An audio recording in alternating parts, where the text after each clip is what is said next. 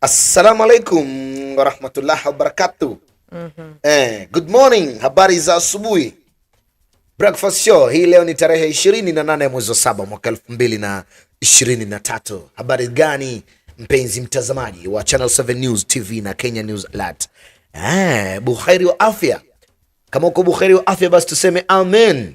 Mungu ni mwema kukuamsha salama wewe pamoja na mimi na yule ambaye mwenzetu, mshirika mwenzetu anayetutazama na anayetufuatilia kupitia mitandao yetu ya kijamii, Channel 7 News TV Facebook, lakini pia YouTube ni Channel 7 News TV, pamoja na washirika wetu wa Kenya News Alert kule YouTube. Mambo yanakuwa mazuri namna hiyo. Mimi naitwa Muna Shwai, niko na Zulfa, lakini pia niko na Eugene, kwa maana sisi wote timu hii ya Good Morning na habari za asubuhi, na hii ni Breakfast Show.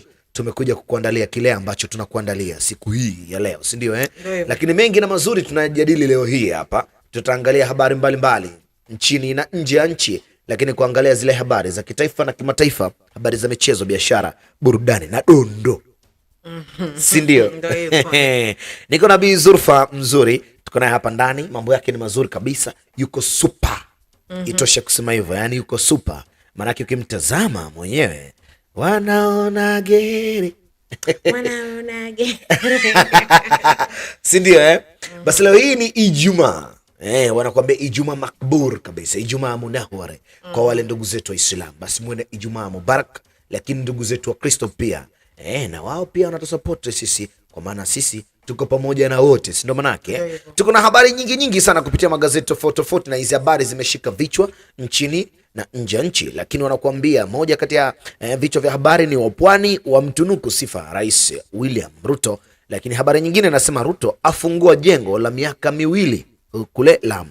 Lakini iko habari ambayo inasema mawaziri wa imiminia Lamu sifa kwa kukataa maandamano. Yani kule Lamu hakuna maandamano na mawaziri wamimina sifa, si ndio manake Lakini maseneta waelezwa sababu ya neti hafifu kuingizwa nchini. Yani kuna zile neti hafifu zimeingizwa nchini, lakini maseneta waelezwa hizo sababu ya neti hafifu kuingizwa nchini. Wanakuambia afueni wakazi wa Chepkitale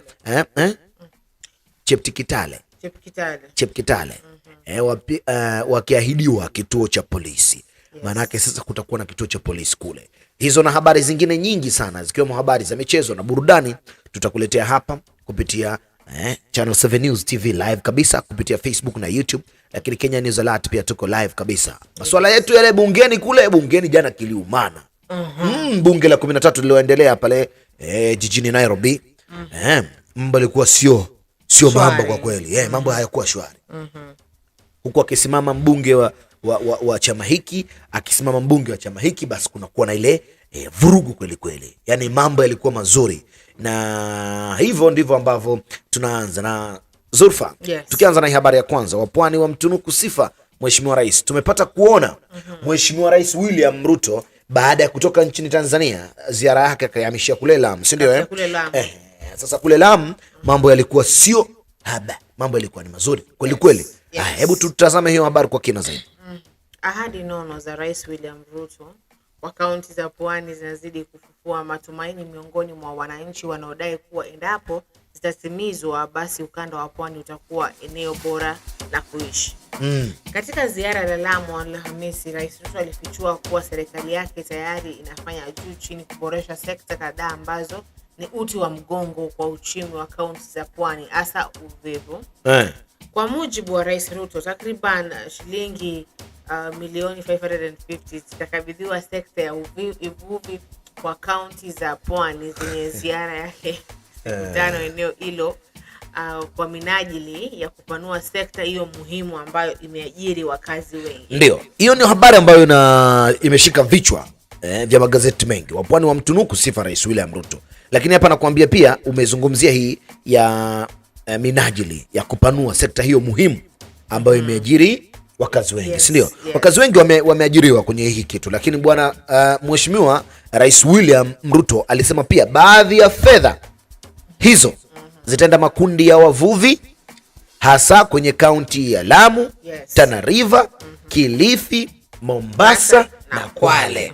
si ndio Yes. Na kuna baadhi ya watu tulizungumza nao juzi na ulitazama zile habari kwamba zilikuwa zinaonyesha kwamba baadhi ya watu wanamsubiri kwa hamu Mheshimiwa Rais William Ruto kwa ajili ya nini? Ilikuwa ni kwa ajili ya kuidhinisha zile fedha ambazo wao wanadai, si ndio Lakini hapa tumepata kuona bwana Mheshimiwa Rais alisema baadhi ya fedha hizo zitaenda katika makundi ya wavuvi, hasa kwenye kaunti ya Lamu, Tana River, Kilifi, Mombasa na Kwale, ambapo makundi ya kijamii ya wavuvi Lamu tayari yalishakabidhi shilingi milioni 63 kuboresha shughuli zao, si ndio Yes. Inaendelea hiyo habari. Alisema pia serikali kwa ushirikiano wa kaunti ya Lamu na kaunti ya Lamu itatekeleza ujenzi wa eneo la maegesho ya wavuvi la Mkoe kwa kima cha shilingi milioni 100. Ndio ambapo Rais Ruto atamtaka gavana Isa Timami kushughulikia utatuzi wa utata uliopo wa ardhi ili mradi uliopangwa utelekezwe mara moja. Anasema tunataka fedha za uvivu na uchumi wa baharini za uvuvi. Yes, pole. Chai asubuhi. Huko mradi. Ukishapata chai tu kuna maneno yanateleza tu yenyewe. Uvivu unasema uvuvi, uvuvi unasema uvivu. Si ndio namna hiyo. Tunataka fedha za uvuvi na uchumi wa baharini ambazo ni karibu 550 million zitumike kununua vifaa vya kisasa vya uvuvi, majokofu ya kuhifadhi samaki, kuboresha viwanda vya samaki na masuala mengine hapa Lamu na kaunti zingine za pwani ya Kenya. Azma yangu ni kuipanua hii sekta ya uvuvi miaka ijayo, ambayo badala ya kuleta bilioni 20 na za pato la samaki, nataka iwe sekta itakayoleta shilingi bilioni 120 kutokana na uuzaji wa pato la samaki kila mwaka, alisema President wetu. Yani hayo ni maneno, dada yangu anajaribu kunukuu maneno ya Mheshimiwa Rais William Ruto, si ndio Na tunapata kuona kumbe hii sekta ya uvuvi inaingiza pato jingi. Yes. Na tukisema pato kubwa, pato jingi. Yani jia ukubwa. Pato kubwa sana linaingizwa kupitia hii sekta ya uvuvi. Kwa mwaka ni bilioni 20, lakini anasema kiongozi huyu Mheshimiwa Rais anasema azma yake kuipanua hii sekta, yani kuipanua hii sekta ya uvuvi. Na badala yake, baada ya kuingiza au kuleta shilingi bilioni kama pato la samaki kwa mwaka, yeye anataka sekta hii ilete shilingi bilioni 120 kutokana na uuzaji tu wa samaki kila mwaka.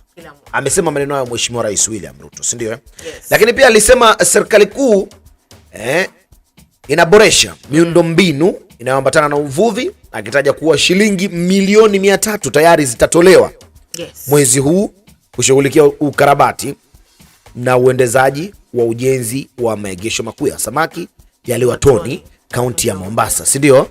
Aliwasisitizia pia wavuvi na watumiaji wa bahari ya pwani na Kenya kwa ujumla kuwajibika katika kuona kwamba uvuvi unapanuliwa vilivyo.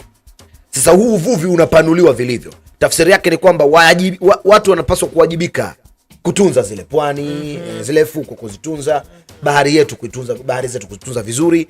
Tafsiri yake nyingine inakuja hapo, inaongezeka ni kwamba hata uvuvi ule ambao sio stahili, uvuvi haramu, utolewe, basi upigwe marufuku. Ndio ile chai nilikwambia, marufuku nasema marufuku. Sio masuala ya chai asubuhi, si ndio Yes. Kwa hiyo hayo mambo aliwasisitizia wavuvi, lakini Alhamisi Rais William Ruto aliwapongeza pia mabaharia, wa Lamu na manahodha, si ndio aliwapongeza na kuwapa pia leseni 300 za kutekeleza shughuli zao baharini na kujipatia pato kila siku bila usumbufu. Ushaelewa Kwa maana ya licha ya kuwapongeza, lakini pia akawapa license, kwa maana yeyote ambaye alikuwa hana license. Sasa hapa wamepata faida, wamefaidika wavuvi 300 wamepewa leseni Mheshimiwa Rais, kwa maana inatakiwa sasa mvue bila ya usumbufu, bila kusumbuliwa na mtu yote, si ndio? Hivyo ndivyo habari yetu inazidi kuendelea, si ndio Kwa hiyo hayo ndio mambo ambayo yaliendelea kule Lamu, Mombasa na maeneo kama yale. Sasa hii habari inaenda kwa kina zaidi na inaendelea zaidi na ni ndefu kweli kweli, lakini mpango wa nyumba anasema kufikia Disemba yeye atarudi Lamu kuzindua tena mpango wa nyumba za bei nafuu. Mheshimiwa Rais huyo anakuambia kufikia Disemba atarudi tena kuzindua mpango wa nyumba za bei nafuu, akitaja kuwa tayari ardhi ya kutekelezea mradi huo imepatikana.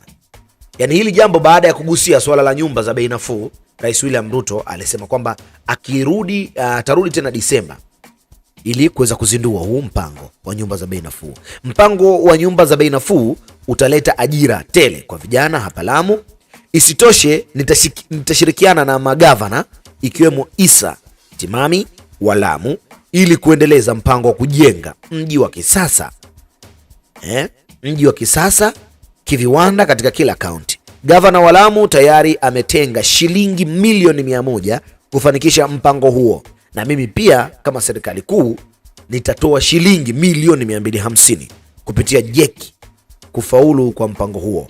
Alisema hayo maneno Mheshimiwa Ruto. 250 ongeza 100 unapata 350. Yes. Milioni 350 ni mingi sana. Sana. Mpango unaweza ukawa sambamba. Yaani ukaenda moto hivi ukakimbia kwa speed, si ndio? Yes. Kwa hiyo hayo ndio masuala ambayo yalikuwa yanaendelea kule, lakini pia aligusia swala la bandari ya Lamu. Rais Ruto alizungumza pia kuhusu swala bandari ya Lamu na mipango mingi, si ndio? Habari ni ndefu kweli kweli hii. Ndefu sana. Mheshimiwa Rais. Lakini pia kupitia gavana wa Lamu Isa Timami naye aliahidi ushirikiano wake na serikali kuu ili maendeleo yafikiwe Lamu, Pwani na Kenya kwa ujumla, si ndio? Anakwambia mimi nikiwa mwenyekiti wa uchumi wa baharini kwenye baraza la magavana COG, ninaunga mkono mipango iliyopo hasa kwa sekta ya uvuvi Pwani, na ninaamini tukishirikiana vilivyo na rais haya mambo ya kukwama hayatatokea au yatatupita. Hayo maneno alisema unatima, si ndio? Yes. Lakini pia waziri wa uvuvi na uchumi wa bahari ambaye zamani alikuwa ni gavana wa Kwale, Salim Mvurya, alisema yuko na imani na uongozi wa Rais Ruto kwamba maendeleo yote yanayopangwa Pwani na Kenya yatafikiwa. Walipata vizuri naona kuna shida kidogo. Ndio maana mimi nazidi tukutirika, kuna shida huko, lakini tutaangalia namna gani unatatua hiyo vitu. Sasa Rais Ruto ni mchapakazi na si haba, niko na imani naye kubwa kwamba ahadi zote anazozitoa kwa ukanda wa Pwani na nchini zitatekelezwa. Haya maneno aliyazungumza bwana Mvurya, lakini huyu Mvurya aliendelea kusema pia waziri wa masuala ya umma, usawa na jinsia Aisha Jumwa naye tuko naye sambamba katika haya masuala, na waziri huyu pia Aisha Jumwa alimtaja Rais Ruto kuwa ni kiongozi wa na wala si mwanasiasa kama wengine nchini. Aisha Jumwa ndo alizungumza maneno hayo, lakini pia aliwasihi wa Pwani kuunga mkono serikali ya Rais Ruto, na alisema tawala nyingi zilizopita nchini zilikuwa za kibaguzi. Sasa tutaendeleza kuiangalia hii habari na baadaye tutatazama picha nyingi, lakini tukirudi na habari moja ambayo ilitikisa vichwa vingi ni kuhusiana na swala la Mheshimiwa Rais William Ruto yeye kuwa na kukataa ule mwaliko wa Mheshimiwa amini kutoenda nao sambamba ule mwaliko wa Mheshimiwa Samia Suluhu Hassan, si ndio? Inasemekana Raila Odinga ndo leta hii habari kwa wanahabari wengi kwamba alikwepa. Sasa Rais Ruto jana alikuwa katika ziara yake kule, juzi na jana alikuwa katika ziara yake kule nchini Tanzania, na imeonekana kwamba Rais William Ruto alikutana na Mama Samia Suluhu Hassan nchini Tanzania, huku kukiwa na kashfa za Mheshimiwa Raila Odinga. Sasa hii hapa ni video ambayo inamuonyesha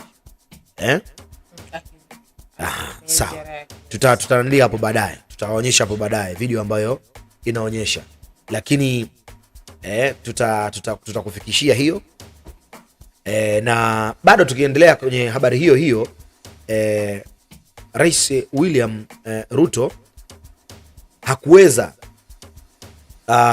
kuachia kuzungumzia vizuri taifa letu la Kenya, si ndio?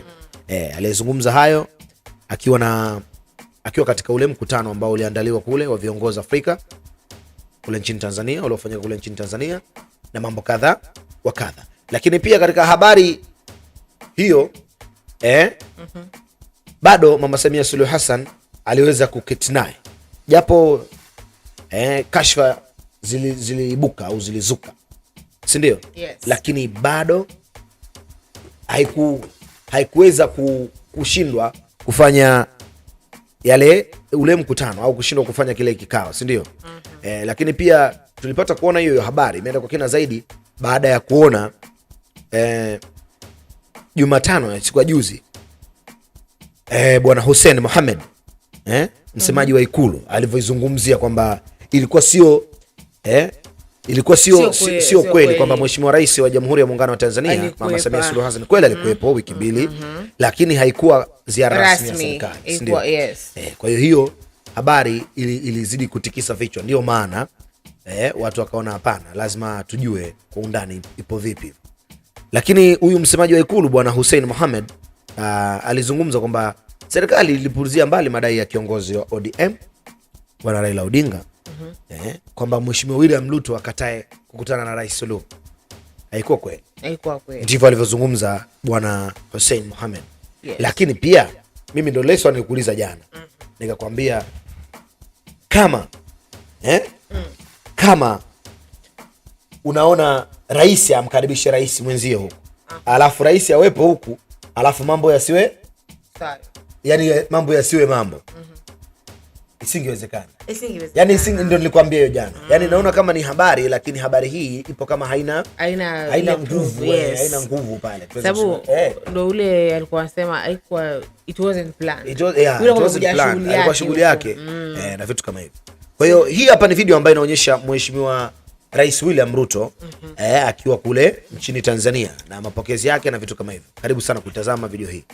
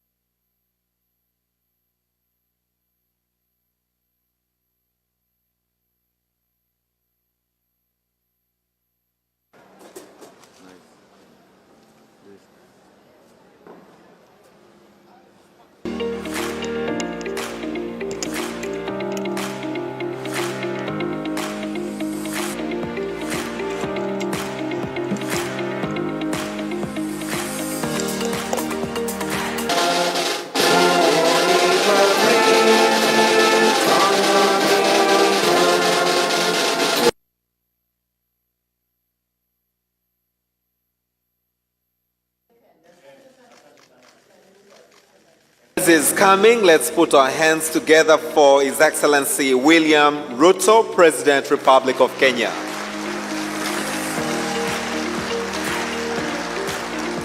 The multiplicity of the words deliberate that you are undertaking, interventions that are deliberately targeted in order to achieve certain results. Thank you. Nothing. Then, Deputy Prime Minister, the Federal Republic, President, Democratic Republic of Sao Tome and Principe, Republic of Benin, Your Excellency Dome of Eswatini, Your Excellency Amza Abdi. I'm honored to welcome you all to the Africa Human Capacities Ambassadors, High Commissioners, heads of international organizations accredited to Tanzania, distinguished delegates, members of the press, Republic of Congo, Egypt, Gabon, Ghana, Ivory Coast, Libya, Namibia, Nigeria, Rwanda, Seychelles, South Africa, Vice President, Human Development at the World Bank. I would also like to recognize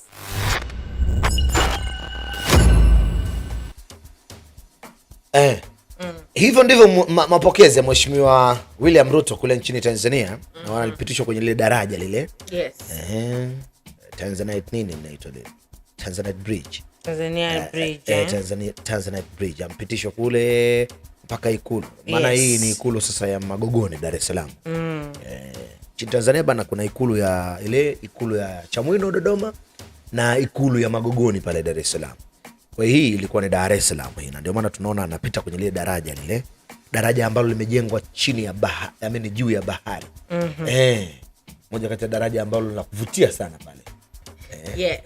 Kwa mambo mazuri kama hivyo. Sasa tumepata kuona hiyo video ambayo inamuonyesha Mheshimiwa Rais akiwa kule, lakini Cleo Malala naye akazungumza kuhusiana na makashifu hiyo ya madai ya kuwa rais wa Tanzania Samia Suluhu Hassan alikuwa Kenya kuwapatanisha Raila na Ruto. Yeye amezungumza na waandishi wa habari, lakini pia amezungumza yeye mwenyewe katika haya maswala, si ndio?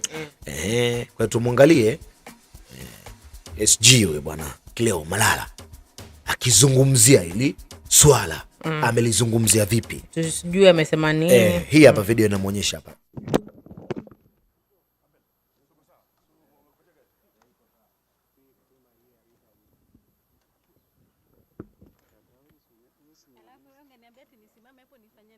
Kufanya kazi. So tunaambia Raila Odinga kwamba mambo ambayo unasema kwamba Suluhu yule rais wa Tanzania alikuja hapa Kenya akakaa siku 2. Hiyo ni uongo, kwa sababu sasa rais wa jamhuri nyingine akikuja Kenya haizi kuja kwa siri.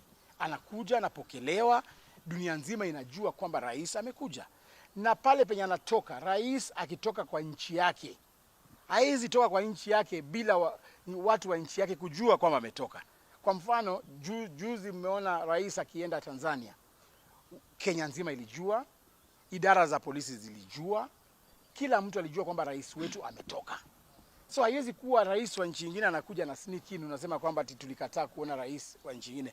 Rais wetu anaheshimu mataifa zote, na yeye anaona akitaka kukuwa na uhusiano na nchi zingine hako na direct contact na hizo nchi, sio lazima apitie kwa Raila Odinga ndio akutane na Suluhu. Na mmeona rais wetu ameenda kule Tanzania kuimarisha uhusiano ambao tuko nao na nchi jirani yetu ya Tanzania. Mambo ya clearance ya border pale Namanga, tumekuwa na shida pale Namanga. Mahindi yetu kutoka Tanzania imekuwa ikisumbuliwa, ikikuwa imported hapa. Hizo ndio maneno rais ameenda kuangalia na kuhakikisha kwamba watu wetu wamepata kazi nje ya Kenya.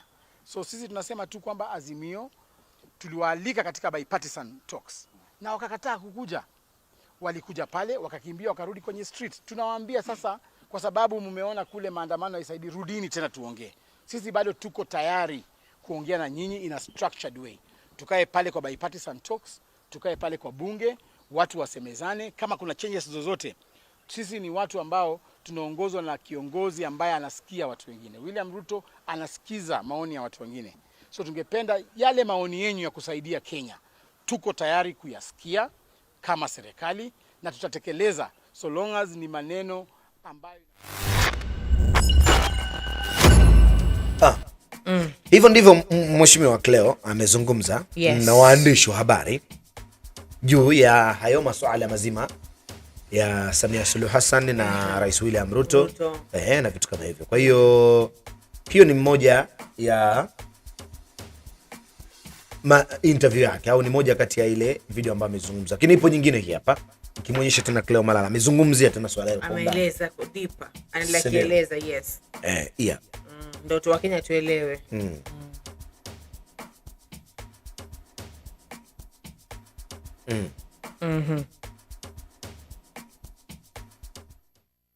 Raundi hii tunaambia Mheshimiwa Raila Odinga, kama tunataka kuzungumza juu ya maneno ya cost of living, you do not need Samia Suluhu akuje Kenya aongee juu ya bei ya mbolea, juu ya bei ya mahindi. Samia Suluhu ako na nchi yake kule Tanzania. Wewe ongelelea yako hapa. Sasa Samia Suluhu akuje hapa Kenya, aketi na Uhuru na Mheshimiwa William Ruto waongee juu ya bei ya maharagwe. Siku hizi nasikia maharagwe inaitwa sijui inaitwa namna gani? Nasikia inaitwa roskoko. Sasa Samia Suluhu akuje kuongea juu ya roskoko hapa, waziri wewe ndio naona wewe ndio madam. Samia Suluhu akuje hapa Kenya azungumze juu ya bei ya roskoko. Si yako na roskoko yake kule Tanzania. Sisi wote tuzungumze juu ya bei ya roskoko yetu hapa, yaani maharagwe hapa Kenya, ama namna gani? Si namna hiyo?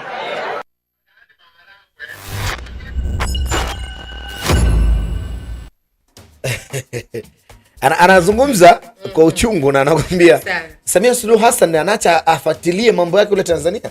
Haje kuzungumza mambo yetu sisi hapa. Kungoja mambo yake. Hivyo ndivyo ambavyo mambo yanazidi kutiririka, si ndio? Na mambo yanazidi kwenda. Tulikuletea hii habari kuhusiana na Mheshimiwa Rais wa Jamhuri ya Muungano wa Tanzania, lakini pia tulikuletea habari ya Rais William Ruto ili kuwe na ule uwiano wa mambo yaliyozungumzwa juzi na yaliyozungumzwa jana. Basi mambo yapo vipi?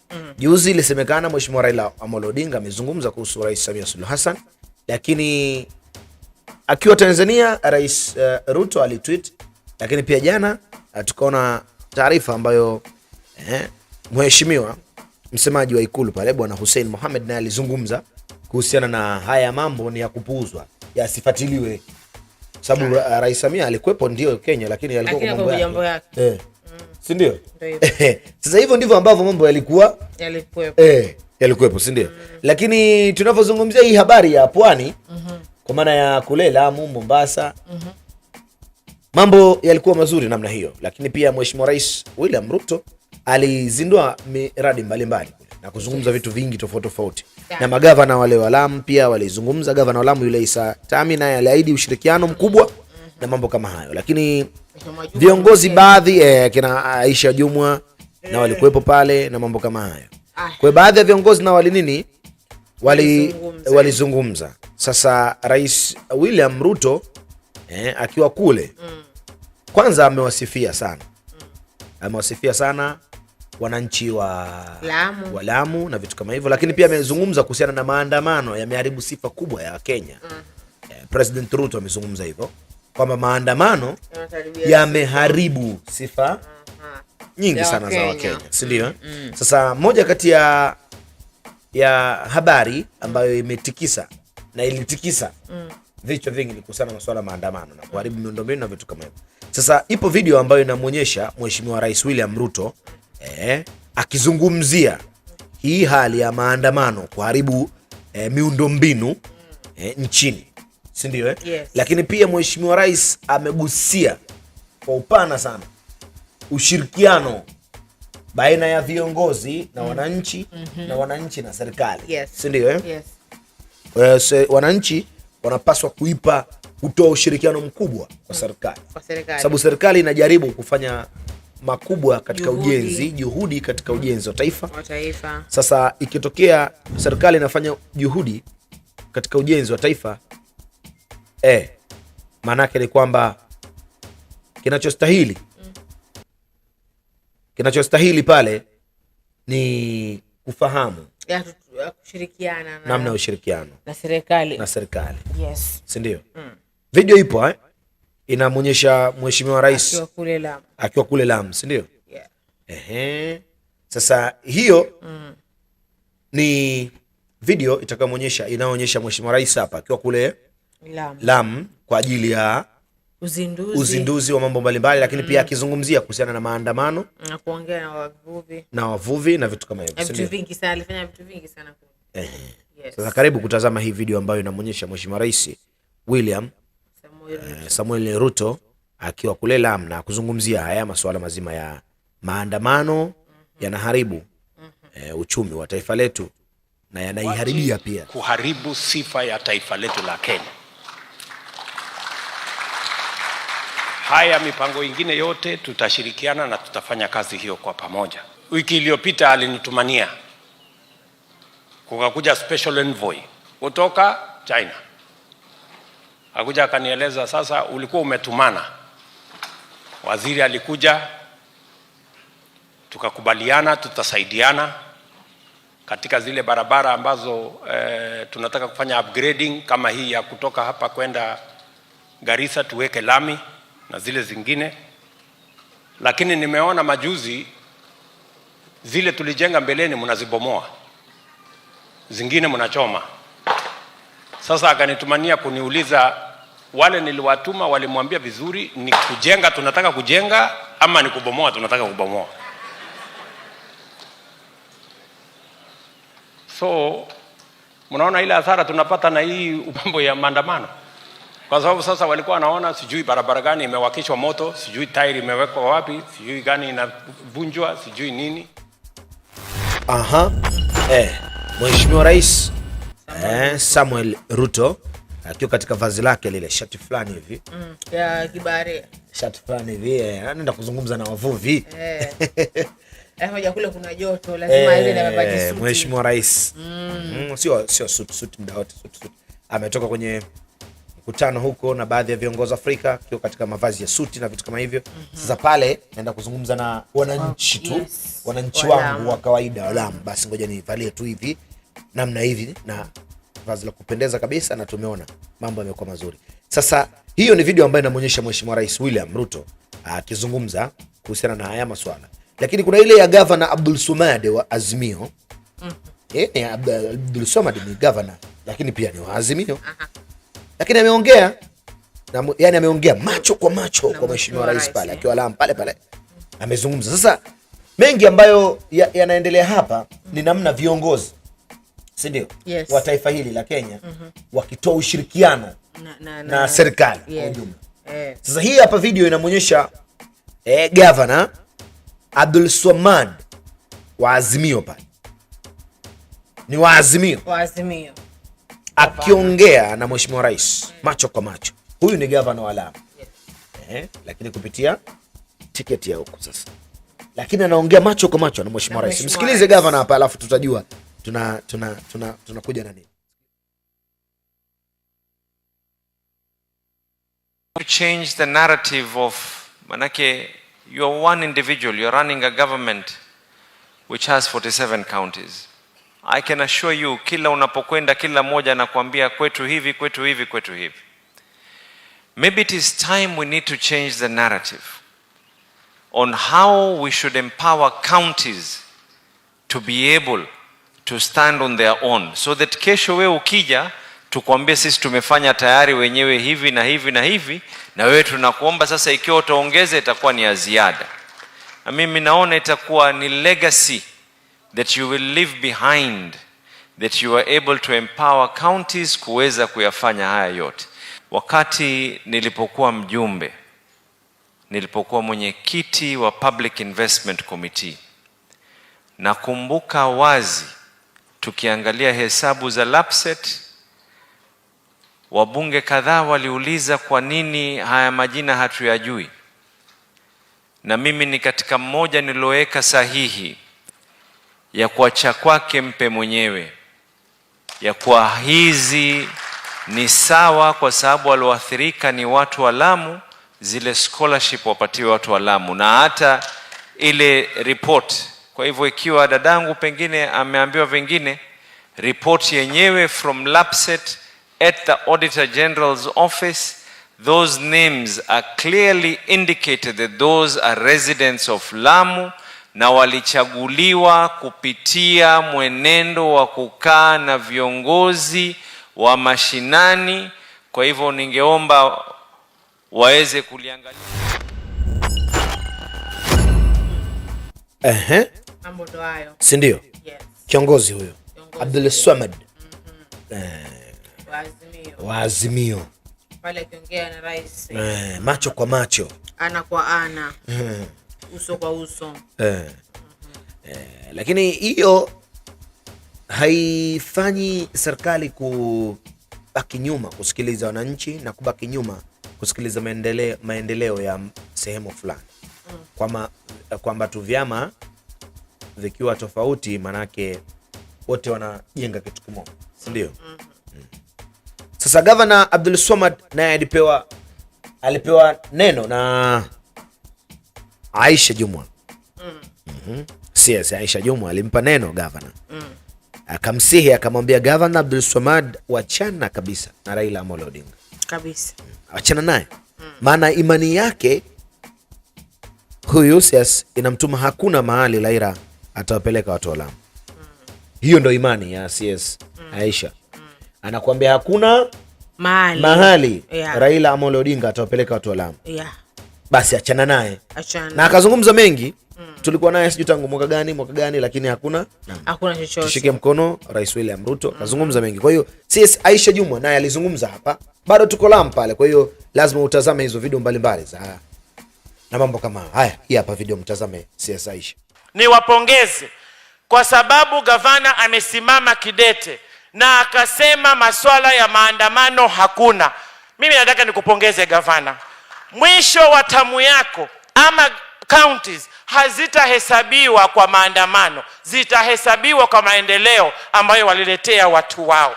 Na wale agenda yao ni moja tu, wana document ni county gani ilifanya maandamano na ikachochea wananchi wake kuharibu mali na kupoteza maisha ya Wakenya. Hiyo ndio kitu wanafanya, kudocument, ile itaongoza kwa mambo hayo.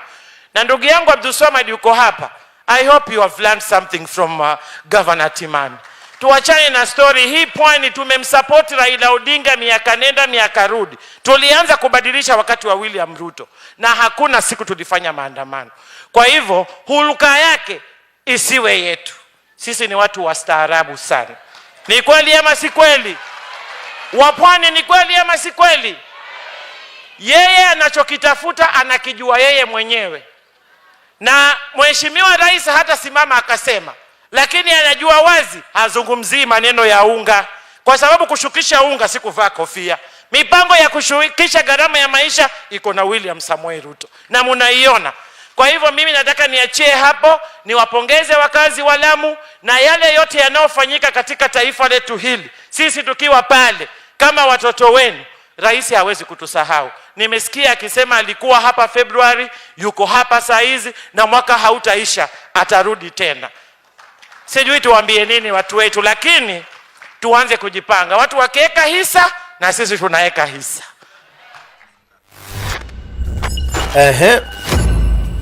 Sio anazungumza na amezungumza mengi, sio umesikia.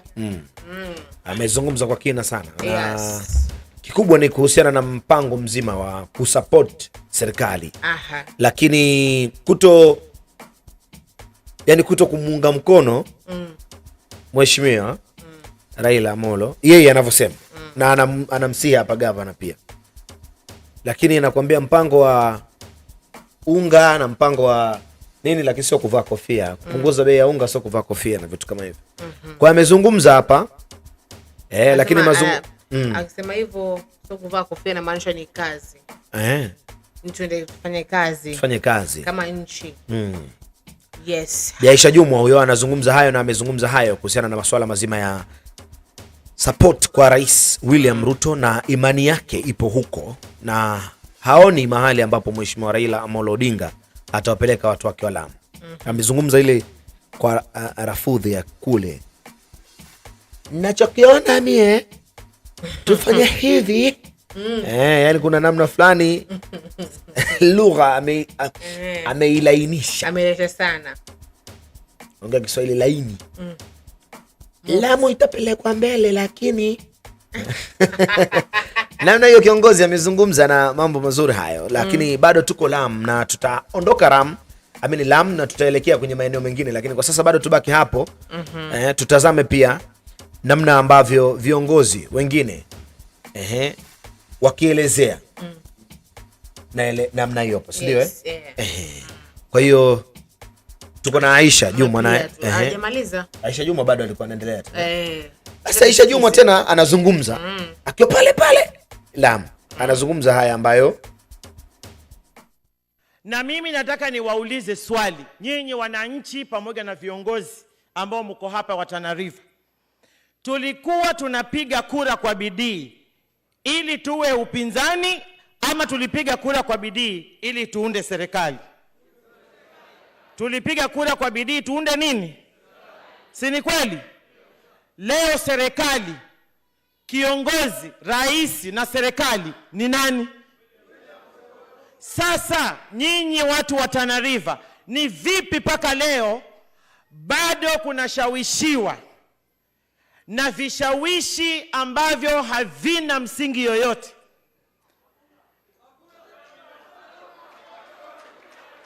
Tutakubali sisi?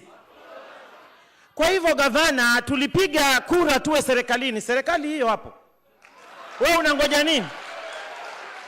Wewe unangoja nini gavana? Waongoze watu wa Tana River kuingia serikali mliotaka. Serikali iko hapa, rais yuko hapa, hakuna serikali nyingine. Aha. Vitu pekee ambavyo watu wanaweza kufanya ili kuangusha haya mambo ni ushawishi wa viongozi. Namna watu wanashawishika. Watu wanashawishika na tamaa za fedha na vitu kama hivi. Yes. Mamangu yanazungumza hapo. Aisha Juma amezungumza hapo. Kwamba tamaa ndo zinawafanya watu wakapata ushawishi na vitu vingine. Tuko bado Lamu. Na Lamu mambo jana yaliwaka kweli kweli. Mipango mingi ilizungumzwa kuhusiana na masuala hayo pale Lamu, na Rais Ruto alizungumza mengi na viongozi kama hivyo tunaona walizungumza mengi, lakini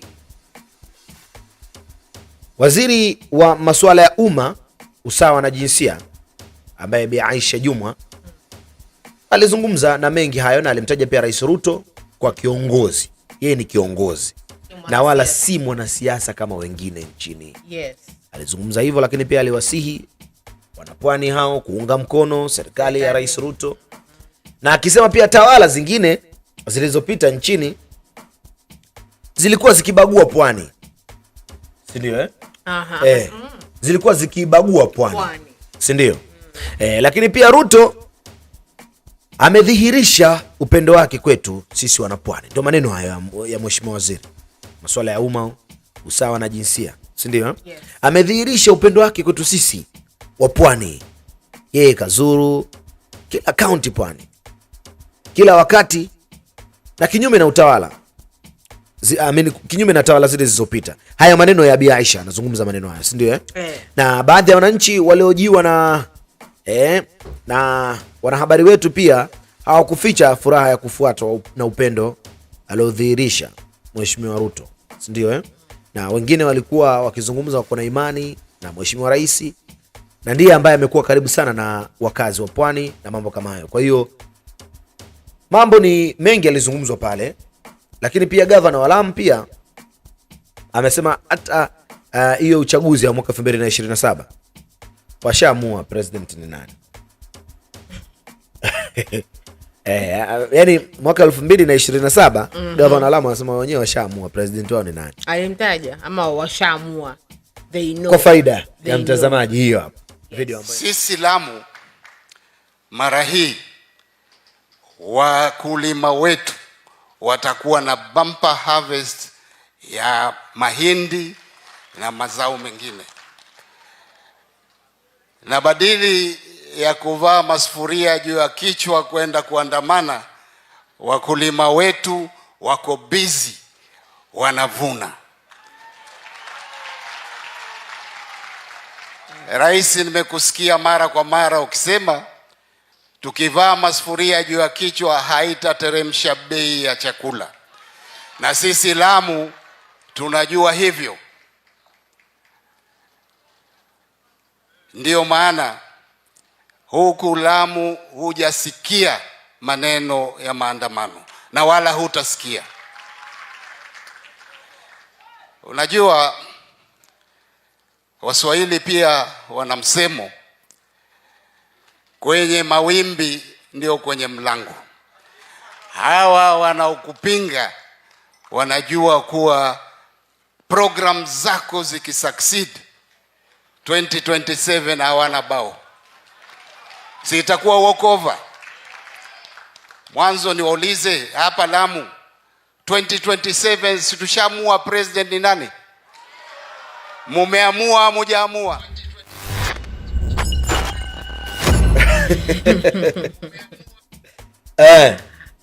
Hivyo ndivyo anamaliza governor wa Lamu, si ndio? Anakwambia hata 2027 si tushaamua sisi president wetu ni nani? Si ndio? Hivyo ndivyo governor wa Lamu anazungumza. Na anamaliza hivyo. Lakini anakuambia kabisa kwamba Mheshimiwa Rais, upo msemo wa Waswahili upo msemo wa Waswahili unakwambia kwenye mawingu ndo kuna mlango. Sasa hatujui, hawa ni wazee wenye hekima bwana. Anakuambia upo kwenye mawingu. Tafakari ya babu hiyo. Utafakari ya. Tafakari. Tafakari. Tafakari shekhe. Rafiki yako anasemaga tafakari shekhe. Matafakari. Alipaliwa juzi tafakari shekhe. Nini shekhe? Utaacha uhai hapo. Hivyo ndivyo ambavyo mambo yanazidi kuwa mazuri, lakini hiyo ni Lamu na Mheshimiwa Rais alikuwa kule siku ya jana na mambo yalikuwa ni mazuri sana. Lakini kupitia Facebook page yetu ya Channel 7 News TV unaweza kusubscribe. Pale una follow. Una comment. Yaani pale Facebook unakuwa una follow, alafu unakuwa ni mfuasi wetu. Yes. Tazama pale tuko na watu zaidi ya milioni 1.4 Facebook. Makofi. Yeah. Hivyo tuko na watu zaidi ya milioni 1.4 Facebook. Channel 7 News TV. Think about that. People following. Tuko na watu zaidi ya 500,000 na point huko kwenye Kenya News Alert. Lakini tuko na watu zaidi ya 70,000 na kwenye Channel 7 News TV. YouTube. Yes. Kwa hivyo ndio mambo yanazidi kuwa mazuri, na sisi ni wanahabari ambao tunakupasha habari zilizokuwa kweli. Si ndio? Tunakupa zile habari ambazo zimenyoka na vitu kama hivyo. Kwa hiyo hizo ndio habari ambazo zinapatikana au zimepatikana kule Lamu, lakini kupitia ukurasa wa Facebook tuangalia comments 2-3. Baada ya hapo tuhame kidogo tuelekee kule kwingineko ambako mambo yamezidi kuwa mazuri. Ndio? Michael Mutunga huyo anakuambia Rajab Masika mtaipata lini nyinyi? Acheni mambo yenu tuendelee huko na comments. Anasema Lynn Eve anasema Afro Cinema continues shortly. Aya pale Kenyatta Kenya wa John ametumia sio mambo, umeona hii animation inaitagwa Family Guy. Ametumia hiyo nini? Hiyo emoji hapo Then kuna Shilmasi Chep Joseph anasema Rosco Koko ni si maragwe bana, mtatuua na kicheko huku. Ndio hivyo. Aya, alafu kuna Jeffrey Don anasema KK government should continue teaching the handshake brothers and sisters that power was temporarily ever since. Na Faraja Tidings anasema jamani huyu naye ameenda sijui wapi huyu. Okay. Anasema good morning. Good morning. Kibet Rotisha anasema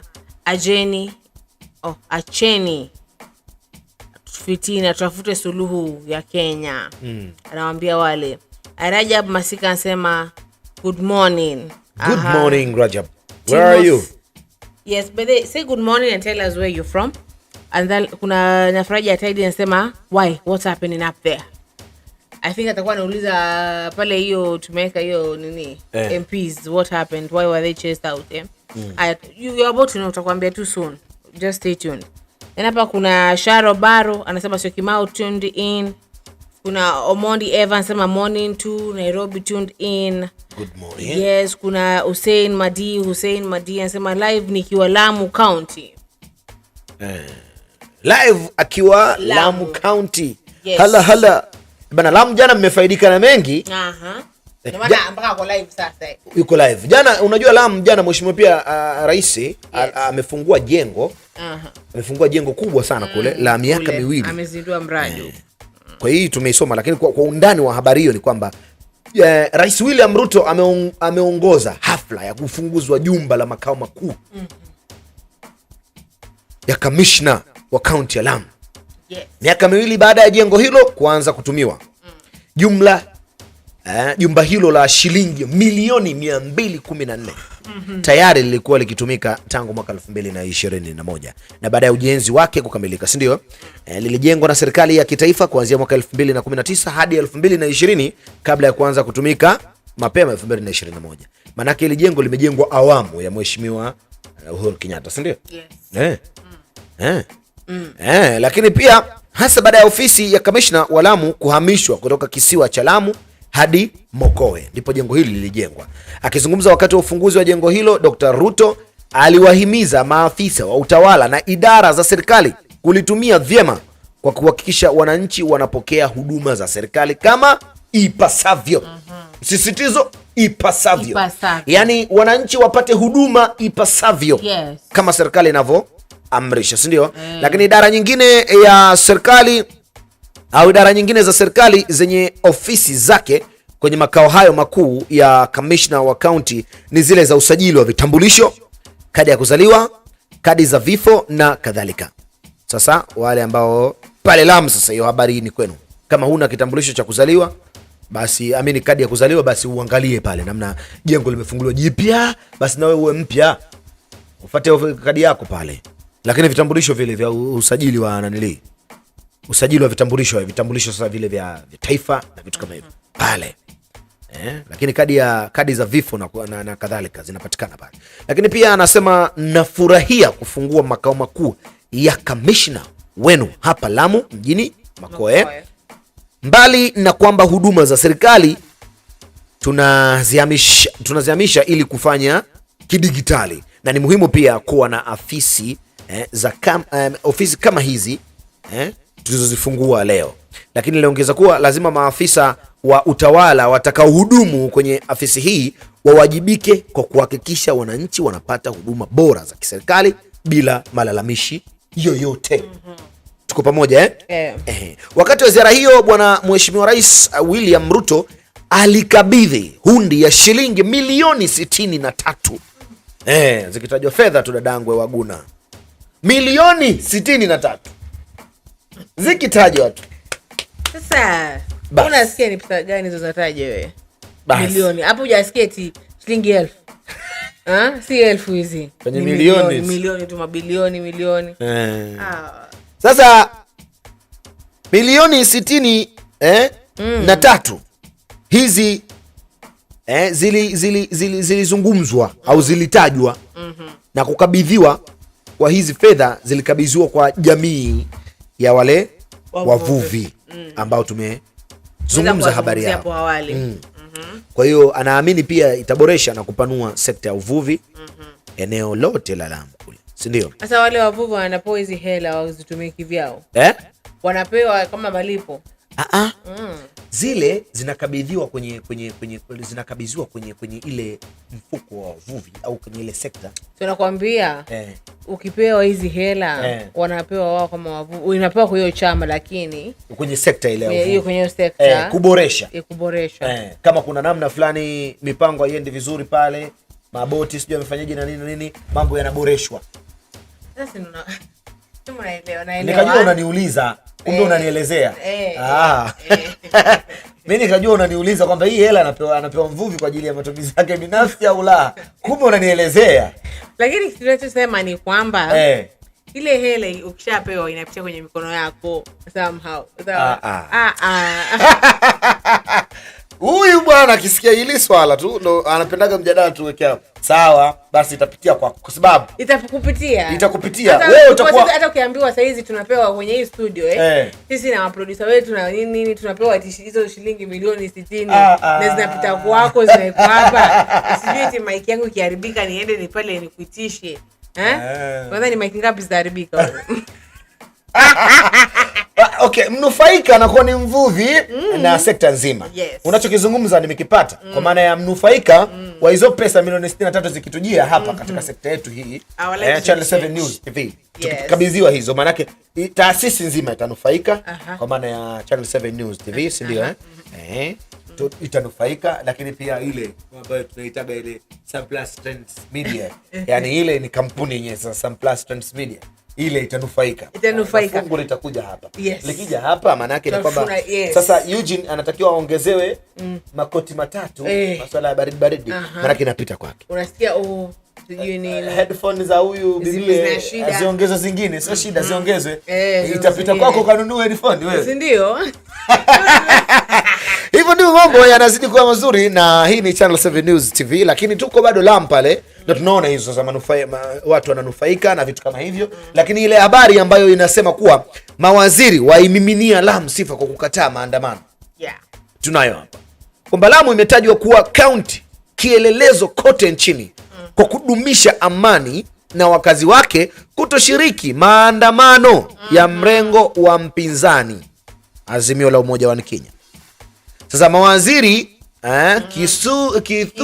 Kithuri Kindiki, waziri wetu wa usalama wa mambo ya ndani, na Aisha Jumwa ambaye ni waziri wa huduma za umma, usawa na jinsia, si ndio? Lakini pia Slim Mvunya, masuala ya uvuvi na uchumi wa baharini. Hawa wote walipongeza wakazi wa Lamu kwa kujiepusha na maandamano na uharibifu wa mali, kinyume na ilivyoshuhudiwa kwenye maeneo mengine mengi. Ukitoka tu hapa Nairobi, ukishuka tu kidogo kule Mlolongo kule, pale mambo yalikuwa mambo siku za maandamano. Ukienda kwa mbele kule kunasema inaitwa Kitengela huko. Kitengela mambo yalikuwa mambo yaliharibika sana pale. Hadi kuna supermarket moja ilikuwa kuna jamaa mmoja alienda tu pale akashuhudia kuna mtu pigwa mguu. Sasa ile mulaki ilikuwa sijui ni kupita sijui ilikuwaje, mara akajibanza. Muoga huyo. Akajibanza. Ungefanyaje? Unafanyaje? Ungefanyaje? Hata kama ni mpita njia. Piguni.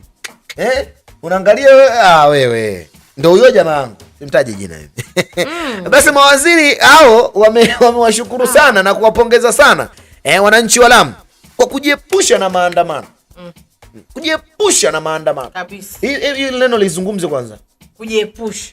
Pusha, fumba na macho. Okay, let me use it in a sentence. Ufumbe na macho. Kujiepusha na maandamano. Kujiepusha yani kujiepusha ni kama, what do I say? Like acha nikwambie sasa. Ndio. Abstain. Nikamwambia yani just drop how do I na kuelewa. Unaambiwa una mzazi wako na mwalimu wako, jiepushe na dawa za kulevya. Jiepushe. Use it in a sentence. Jiepushe. Weka mkono hapa. Yaani kwamba jiepushe na matumizi ya madawa ya kulevya. Yes. Yaani sio tu matumizi. Ukiambiwa hivyo unaambiwa ni yani like ushaambiwa jiepushe na rafiki yako fulani wewe. Nishaambiwa jiepushe na yule. Jiepushe na sasa hawa Walamu walijiepusha na maandamano. Lakini pia Profesa Kindiki alisema kwa sasa wanaichukulia Lamu kuwa county balozi wa amani, akiwasisitiza wakazi kwenye kaunti nyingine za Kenya kuiga mfano wa Lamu, kuthamini amani, maendeleo na kuheshimu katiba ya taifa letu la Kenya. Yes. Si ndio kwa kuheshimu, kuthamini amani na maendeleo, lakini kuheshimu katiba ya taifa hili la Kenya. Waziri Kindiki aliweka wazi kuwa Lamu sio miongoni mwa maeneo ambayo ni tatizo kwa usalama, bali ni mfano wa suluhu inayotafutwa ya amani nchini. Si ndio akazungumza pia na washukuru nyinyi wakazi wa Lamu kwa jinsi mnavyoendelea kushirikiana na walinda usalama katika kukabiliana na kero za usalama hapa kwenu.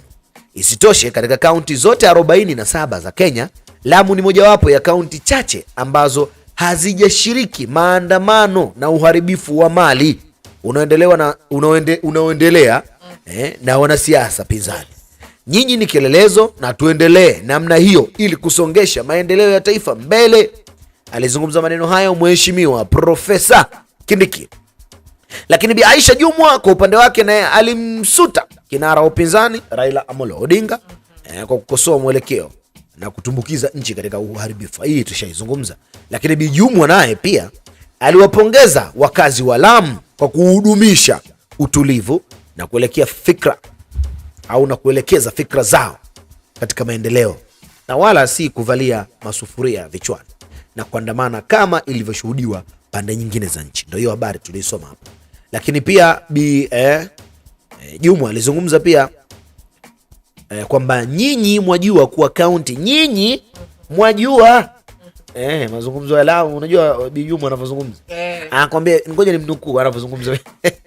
Akwambia aje, akwambia nyie mwajua kwa kaunti za pwani zimemuunga mkono Bwana Odinga kwa muda mrefu sana, lakini hata mimi mwenyewe nilikuwa mfuasi wake mkubwa. Kwa kwanza huwezi kumwigilizia hiyo, kumwigilizia Bi Jumwa huwezi. Akizungumza kama ngile kinanili, hebu igilizia kidogo. Huwezi. Basi mimi ngoja niende kumwigilizia. Anakuambia unataka kumwigilizia? Nilifanya sauti yake ile. Kama anavyozungumza. Yaani sio vile vile. Kama unamwingilizia. Akwambia mimi nyinyi. Haya, sasa nyinyi mwajua Sema. Let me bring this here. Sasa nyinyi mwajua kuwa kaunti za pwani zimeumua. Nini unacheka? Unampatia. Si ndio hivyo lakini. Sasa nyinyi mwajua kuwa kaunti za pwani zimeunga mkono bwana Odinga kwa muda mrefu. Hata mimi mwenyewe nilikuwa mfuasi wake mkubwa. Lakini lazima tufahamu kuwa Kenya ni kubwa kushinda siasa. Lazima tukubali kuwa siasa za uchaguzi zilipita kitambo. Huu ni wakati wa kutekeleza maendeleo. Tumunge mkono Rais William Ruto ili kufualisha ajenda alizo nazo za maendeleo kwa taifa hili. Hapo mwishoni chai kidogo tukateleza chai hiyo.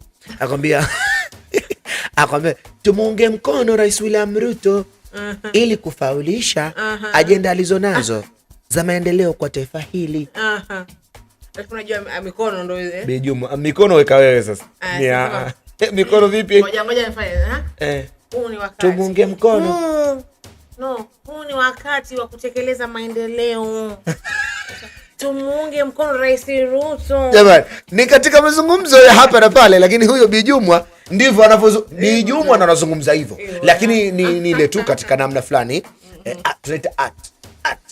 Tunachukua kama art. Lakini kiongozi ambaye ana heshima sana Lamu, na kiongozi wa kuheshimiwa sana pale Lamu, na ni mama yetu ambaye tunamheshimu sana.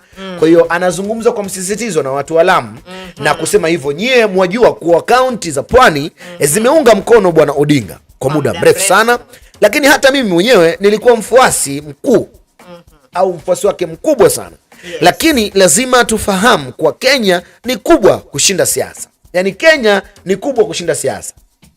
Sawa? Ndio kweli, ndio hivyo. Yaani hawezi akatokea mtu akawa mkubwa kuliko Channel 7. Tafsiri yake ni kwamba Channel 7 ni taasisi, ni kitu kikubwa kuliko wewe, si ndio sasa kwamba Kenya ni kubwa kushinda siasa ambazo zinaendeshwa na hawa wana siasa. Kwa hiyo lazima tukubali kuwa siasa za uchaguzi zilishapita kitambo. Huu ni wakati wa kutekeleza maendeleo. Tumunge mkono Rais William Ruto ili kufaulisha ajenda alizonazo na maendeleo kwa taifa hili. Ikumbuke pia kina Bijumwa kama hawa wanakuwa na yale maono ya kidini. Sasa ukienda kwenye maono ya kidini huwa unaambiwa ufuate mamlaka. Yaani wewe unatakiwa utii mamlaka. Uheshimu mamlaka. Mamlaka na aliyekuwa mamlakani. Very right. Safi kabisa. Kwa hiyo alisisitiza haja ya wananchi wa Lamu kuheshimu au kuheshimiwa kwa ukomavu waliodhihirisha kwa sasa kwa kutoshiriki maandamano yote. Lakini angalau Lamu, alisema pia angalau Lamu iko kwenye vitabu safi. Si ndio Angalau Lamu ipo kwenye vitabu safi kwamba haijashiriki maandamano yote nchini. Hilo ni jambo la kuheshimiwa na lina wavulia kofia na anawavulia kofia kwa hilo. Lakini pia tushikamane na rais wetu William Ruto kusongesha mbele maendeleo badala ya fujo na maafa kwa sababu ya maandamano yasiyo mbele wala nyuma. Alizungumza hayo mheshimiwa huyo Bijumwa, si ndio hiyo ni habari ambayo tumezidi kukuletea mtazamaji wa Channel 7 News TV pale pale Lamu. Lakini ipo habari ambayo inasema maseneta waelezwa sababu ya neti hafifu kuingizwa katika taifa letu la Kenya, si ndio? Nikianzia habari hii na ikiendelezwa na Bizurfa, habari hii inaanza hivi: ukosefu wa ufadhili wa kutosha kutoka kwa serikali ulisababisha shirika la Global Fund kununua neti ambazo hazina dawa kali ya kuzuia mbu wanaobeba viini vinavyosababisha malaria. Seneti ilielezwa katika kikao Jumanne kwamba Global Fund haikununua vyandarua vya kisasa ambavyo vimeongezwa kemikali ya PBO yenye uwezo wa kuwa aina mpya ya mbu. Global Fund ilinunua vyandarua vya zamani aina ya Periods badala ya aina ya kisasa ya PBO ambayo imependekezwa na shirika la afya duniani kutumika katika maeneo yenye makali ya malaria. Kamati ya Seneti kuhusu afya vile ilisikia kuwa Global Fund ilazimika kusaka fedha za ziada ili kufanikisha ununuzi wa vyandarua. waunda sheria wakiongozwa na mwenyekiti wa kamati hiyo seneta wa Uasin Gishu Jackson Mandago walitaka Global Fund kufafanua ni kwa nini ilinunulia Kenya vyandarua vilivyopitwa na wakati. Ilhali shirika hilo hununulia taifa jirani la Uganda vyandarua vya kisasa. Mbona Global Fund kununulia Uganda PPO lens na ilipofika Kenya wakuu waliamua kununua Petheridge lens, ilhali tunashiriki mpaka ambapo maambukizi ya malaria yamekithiri eneo hilo, alihoji seneta Mandago. Ndio Kupita mwakilishi wake kampuni ya PricewaterhouseCoopers, Global Fund ilikiri kununua aina tofauti ya vyandarua kwa maeneo tofauti, ikijikita kwenye viambajengo viwili vikuu. Global Fund ununua vyandarua tofauti katika maeneo tofauti. Kuna masuala muhimu yanayotekeleza katika mchakato wa ununuzi, ikiwemo kuwepo rasilimali za kutosha na kuhakikisha wanajamii wote lengwa wananufaika, alisema mkurugenzi wa PwC Joseph Kagiri, si ndio Yes, nikikusaidia hapa kidogo, ni sharti tungehakikisha wanajamii kama wanajamii wananufaika. Ufadhili wa serikali ya Kenya haukutosha na hata tulilazimika kusaka hela za ziada. Haya ndo mazungumzo aliyozungumza bwana Joseph Kagiri, si ndio Lakini mawasiliano ya KEMSA mbele ya Seneti yalishiriki kwa Wizara ya Afya iliandika barua mamlaka ya kusambaza vifaa vya matibabu nchini KEMSA mnamo Februari 2023 tarehe 21, na ikisema aina ya neti zilizopangiwa kununuliwa ilitokana na zilizoitishwa. Kwa zilizonunuliwa ni zile ambazo ziliitishwa, si ndio? Zaidi ya vyandarua bilioni 2 vilivyotiwa dawa ya kuangamiza wadudu 18 vya kuzuia malaria vimesambazwa kote duniani kwa karibu miongo miwili tangu 2005 kwa mujibu wa WHO, si ndio awali vyandarua vyote vilikuwa vikitibiwa kwa kutumia aina moja tu ya kemikali, pyrethroids, lakini kwa sasa mapibio hayo tunayaona yanatumika hapa, si ndio? Kadri miaka inavyosogea palikuwa na haja ya kutibu vyandarua na viungo vinginevyo vyenye makali ili kupambana na malaria, huku mbu katika maeneo yenye viwango vya juu vya maambukizi vikizidi kuwa sugu. Mnamo 2017 WHO ilianza kupendekeza aina mpya ya vyandarua inayojumuisha kemikali mbili, kwa maana pyrethroids na PBO. Hizo ni kemikali ambazo zilipendekezwa mwaka 2017 na WHO ziweze kutumika katika vyandarua. Kuna swali langu mimi nakuuliza, hivi ingetokea kuna mbu wanaoambukiza gonjwa la ukimwi ingekuwa? Kwa sababu tunaona tu malaria malaria akikudunga wewe pap, mbu yule Anopheles akikudunga wewe pap, akienda kumdunga Eugene pap, maana yake hapo ndipo kuna kuwa na malaria, si ndio? Lakini sasa ndo tupate sasa yule mbu anakudunga wewe tapa, anachukua damu yako, alafu kwa bahati mbaya Mwenyezi Mungu aepushe mbali, damu ina maambukizi, afaje mdunge mwingine pap, we sijui ingekuwaje, si ndio? Sijui ingekuwaje. Hivyo ndivyo tunazidi kutiririka. Kupitia ukurasa wetu wa Facebook unaweza kuacha comment yako fupi na mambo yakawa mazuri. Unaweza kupitia ukurasa wa Facebook comment kidogo Zufa. Yes, wanasema hivi. Huyu anaitwa Moses Akoko, anasema good morning. How are you guys? We are fine. Yes. Umwenyewe Carol Bululi anasema vipi mkoaje? Mko show moto sana. Si tuko sawa, Carol. Tuko sawa, karibu sana kwenye show. Yeah. Anaitwa Honorable Joseph KDF anasema watching from Maimayu, Naivasha, Kenya. Naivasha? Yuko Naivasha? Yes. Sema naipenda hiyo. Naipenda, iko sawa sana. Naivasha napenda sana. Aya. Dorcas Murunga anasema Lamu iko na population ya 6%. Ametueducate. Population ya 6%. Alafu kaweka alama hapo ya kucheka. Kaweka kucheka na kushukuru. Sasa population ya 6% yani na Kenya nzima au vipi? Yeah. In Kenya they have 6%. 6%. Sawa. Aya. Huyu anasema Johnson Kivuvo, Ruto ni chuma ya samani. na wapata nikiwa Junda. Johnson Kivuyo huyo. Yes. Anambia Ruto ni chuma ya samani. Sasa hapo tafsiri yake unajua? Samani unajua? Ni zamani. Samani. Samani ni vitu vya ndani. Samani huyo amesema amemaanisha thamani, lakini nimwambia hapa sasa hapa alipozungumza ndio kwenye typing error. Ruto ni chuma ya thamani ndani TH. Sasa samani sasa hapo unakosea. Mwita mheshimiwa rais samani. Sawa, twende. Top fan ni Joina anasema amen. Amen. About whom anasema amen brother. Amen. I think wanamjibu yule Johnson Kivuyo. Wanaitwa Michael Mutunga anasema station mkopoa. Sisi tuko vizuri. Then wanasema huyo Gur Mark Mukugi anasema let us enjoy this station. Thank you. Yes. Thank you. Endeleeni kuenjoy, si ndio sisi tuko huko tunazungumza na nyinyi na muda wote sisi tuko na nyinyi.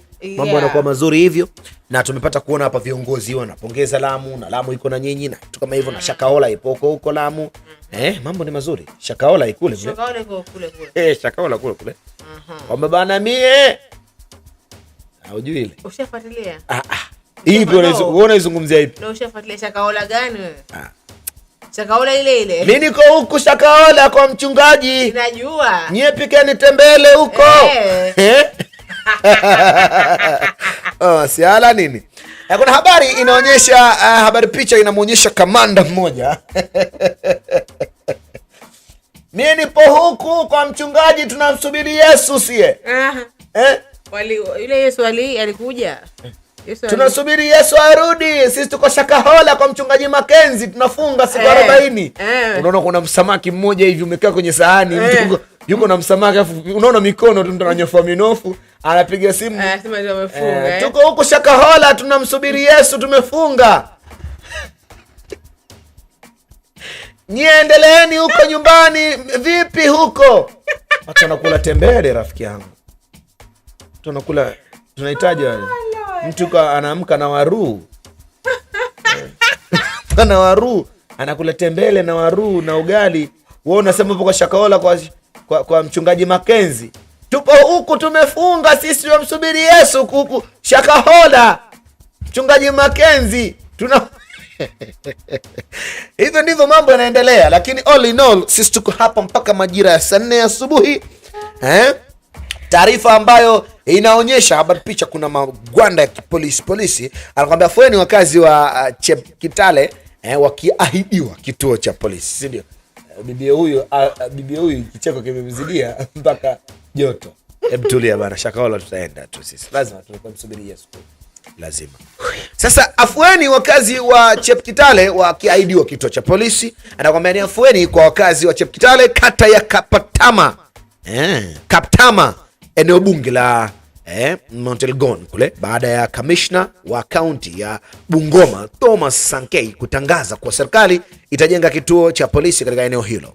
Akizungumza na waandishi wa habari katika eneo hilo wakati wa ziara yake, Sankei alisema kuwa kituo cha polisi usinichekeshe. Acha kabisa. Acha mambo yako. Kituo cha polisi nimekumbuka ile koti la conduct. Nimekumbuka ile koti la conduct. Huyu anazungumzia masuala mengine lakini bado tuko hapa. Ana ni masuala haya. Fute machozi yako vizuri tuendelee na habari. Maana najua uchungu unao kwenye ile taifa. Kile sio kwa uliaji huo. Tukitoka tu hapa. Sawa, wewe pata breakfast lakini usishuti vile. Sawa. Masuala ya kushuti wewe unakula mapochopocho. Nyumbani Aisha. Wamlisha samaki wadogo. Soup. Kwamba nipo huku kwa sitaki mimi. Basi hivyo ndivyo ambavyo tunaendelea kutirika. Nakwambia kituo hiki cha polisi hakitakuwa na migogoro. Lakini pia hiki kituo cha polisi hakitatatua tu migogoro ya mpakani, lakini pia kitashughulikia visa vya ukosefu wa usalama ndani ya eneo hilo. Kwa ndio maana ya kuomba kituo hicho kijengwe. Lakini akizungumza na waandishi wa habari katika eneo hilo wakati wa ziara yake, Sankei alisema kuwa kituo cha polisi kitasaidia kutatua changamoto zile ambazo zinaletwa kiusalama zaidi katika maeneo ya mpaka wa Kenya na Uganda. Kule Busia. Mpakani mwa Kenya na Uganda, si ndio? Lakini tangu uhuru, eneo la Chepkitale katika msitu wa Mount Elgon halijawahi kuwa na kituo cha polisi ambapo wenyeji wanaweza kuripoti visa mbalimbali vya ukosefu wa usalama na vitu kama hivyo, si ndio? Lakini kutoka Chepkitale hadi kituo cha polisi kilicho karibu na umbali wa kilomita 45, yani kutoka pale Chepkitale mpaka kukifikia kituo cha polisi utembee kilomita 45. Kwa hiyo kama uhalifu unatendeka hapo, manake unatendeka uhalifu kwa usalama. Yani uhalifu unatendeka kwa usalama. Yani uhalifu anakuja na kukata makofi, anakuwa wewe unapiga simu, mwenzako anakunja 4 anakuambia nchemshe chai, unamchemsha chai. Ndio hivyo. Kwanza unasema hivyo nchemshe. Sasa nikupe story. Sawa, hivyo according to. Sasa huyu mimi nakuelewa. Huyu kakangu anaishi mtaa fulani pale, sitapataja sababu. Yes, anasema kwa usalama wake. Kwa usalama wake. Asija karudiwa. Anasema amekuja, amekutana na mtu kwenye geti. Huyu ni sasa, huyo mtu anamwambia ni mambo vipi, unaitwaje nini. Sasa huyu ni mdada huyu. Akaona mbona leo Mungu kanibariki? Basi tuingie. Akamwambia sawa. Sasa ule mdada akaingia naye. Kuingia naye, yule mdada akamwambia sasa basi nipige. Ngoja kuna watu hata bro wangu anakaa. Sawa. Mabro kaka mabro 4 wakatulia. Sawa. Usalama pale ndani ya nyumba. Kwa nyumba yako sasa. Kuja akamwambia sasa nataka wewe mwenyewe. Yaani kama wanakuibia lakini wewe mwenyewe unajibia. Nakwambia achukua TV, muanisha polepole kwenye hii box. Nini. Alafu mmoja akamuuliza kwani nimeenda kwa kitchen na kuna sukari. Dada yako ni gani bro? Anambia sina. Akamwambia uko na neighbor hapo kwa neighbor mnaongea naye hapa. Yaani do you have any neighbor that you talk to? Akasema yule neighbor pale chini tunaongea. Akampeleka huyu mkaka sasa. Aende akaombe sukari, wakuja ndani wakakuja wakapika chai wakakunywa nini wakakula na wale wezi sasa. Polepole tu. Upigi simu. Unapigia simu aje mpaka simu yenyewe si ushapack kwenye bag yenye wanaenda nayo. Haya. Ikaja gari ya kubeba. Akapakia mwenyewe. Anauliza na watu kwani unahama? Unahama mie. Kila kwa Makenzi huko kwenda kufunga. Wezi wale. Wale wezi walitumia tekniki ya kumtanguliza mwanamke kwamba. Yes. Akapack. Wewe unapack vitu zako. Unabaki kiti yako na kitanda unapeleka kwenye gari. Ukijua uami unachukua vitu vyako. Wakahama alafu wakakuja ule demo akameta tu nikuhug bro sababu yenyewe ndio chanzo cha kutukutanisha. Haya ni kwaje? Akaachwa tu hivyo unajua amekusafishia nyumba yani. Sasa hayo mambo ndio yanayoendelea kule. Chepkitale kule. Maana huwezi kufika kituo cha polisi mpaka utembee kilomita 45. Sasa wewe utafanya mchezo nini? Basi hapo atatokea mtu atataka kuhagi. Atatokea mtu atakwambia tuingie ndani. Yaani hapo utafanywa vitendo vyote, visa vyote baadaye. Ubaya. Sasa hivyo ndivyo mambo yanaendelea. Sasa kutokana na ombi la kujengewa kule kituo cha polisi, mwakilishi wa wadi MCA Hilary Kiptalam ambaye alisifu serikali kwa kuzingatia kuweka kituo cha polisi pale Chepkitale, alizungumza naye kwamba bwana, sisi Chepkitale tunafurahi na tunashukuru sana kujengwa kwa kituo cha polisi. Lakini pia alisema mtandao duni katika eneo hilo na kuomba serikali isaidie kusanikisha minara inayoboresha uunganishaji wa mtandao wa mawimbi ya mawasiliano ya simu. Na kutokana na ukosefu wa kituo cha polisi katika eneo hilo, Kiptaalamu anasema kuwa baadhi ya raia wa Uganda wamekuwa wakitumia mwanya huo kuzua mtafaruku wakiwalenga wakazi wa Mount Elgon, si ndio? Migogoro hii ya mpakani haifai wakati inapopatikana mara kwa mara. Kwa hivyo wenyeji wanapaswa kuunga mkono hatua hii thabiti. Alizungumza hayo Kiptaalamu. Umeona? Lakini pia Kiptaalamu pia alisema kuwa viongozi wa eneo hilo wamekuwa na mkutano wa kina na makamishna wa county manaibu wa kamishna wa kaunti na wasaidizi wa kamishna wa kamanda wa polisi wa Bungoma Francis Kooli juu ya jinsi eneo hilo linavyoweza kupata usalama wa kutosha. Cosmas Murunga, mzee kutoka jamii ya Ogiek, alisifu serikali kwa kuzingatia kuwekwa kituo cha polisi, akithibitisha kuwa wenyeji wataunga mkono hatua hiyo. Kumbuka kuna maeneo mengine watu waga wafanyi movement. Yani sio maeneo bali tu watu wa maeneo fulani. Wakati mwingine huwa wanakuwa wanaizaliwa pale, wanakulia pale, wanazikwa pale. Sasa inawezekana kuna mtu maeneo yale ya Chepkitale amezaliwa, amekuwa, amezeeka hadi leo hii yuko pale mzee, hajawahi kukiona kituo cha polisi. Kwa sababu tumeambiwa tangu uhuru kuna kituo cha polisi. Kwa hiyo mambo yako hivyo, si ndio Sasa tukitoka kwenye habari hiyo, tukulete katika habari ambayo imetikisa vichwa sana katika taifa letu la Kenya, si ndio Na hii ni baada tu ya bunge la 13 kuendelea katika taifa letu la Kenya, na baada ya kuendelea basi mbunge Rosa Buyu alizungumza kwa uchungu sana akilia, si ndio Mbunge huyu Rosa Buyu alizungumza kwa uchungu sana akilia, huku akilaani ukatili wa polisi wakati wa maandamano.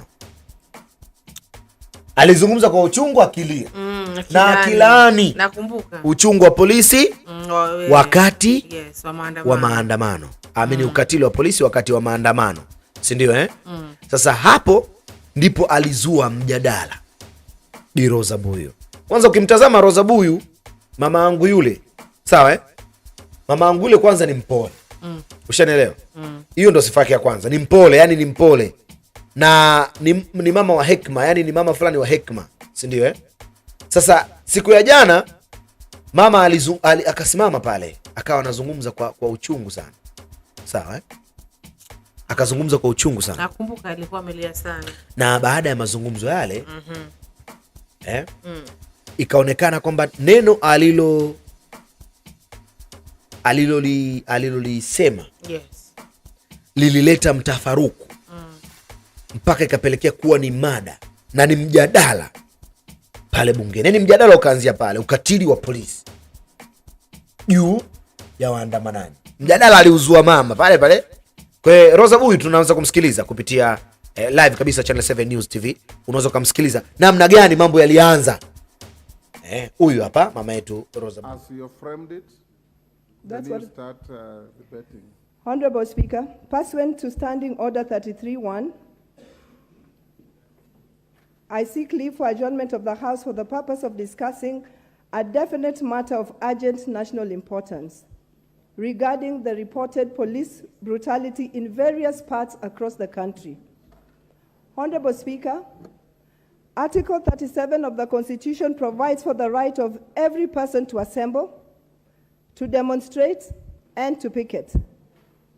Additionally, the Constitution in Article 36 confers all citizens with the freedom of association. Over the last few weeks, Mr. Speaker, citizens from all walks of life have been exercising their constitutional freedoms and rights. Honorable Rosa, it is Madam Speaker now. Thank you. Thank you, Madam Speaker. I should have been the first one to correct that. Thank you, Madam Speaker. To exercise their constitutional freedom and right to associate, to assemble, and demonstrate across the country against the high cost of living.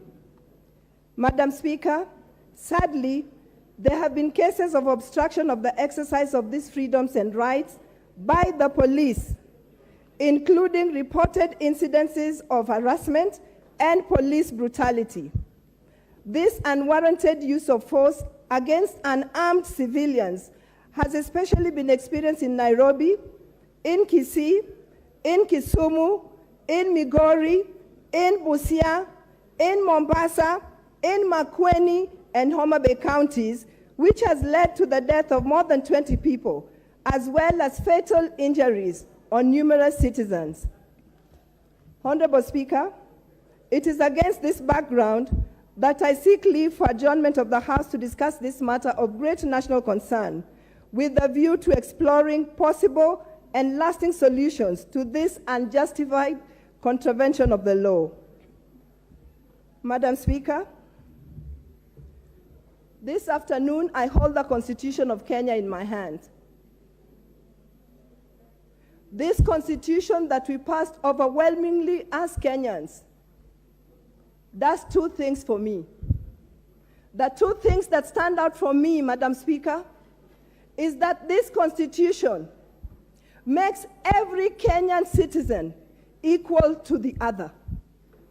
And in all the things that subscribed in this Constitution, it does not leave any Kenyan behind. Madam Speaker, in cases where there's been unnoticed discrimination, this Constitution comes up with opportunities and clauses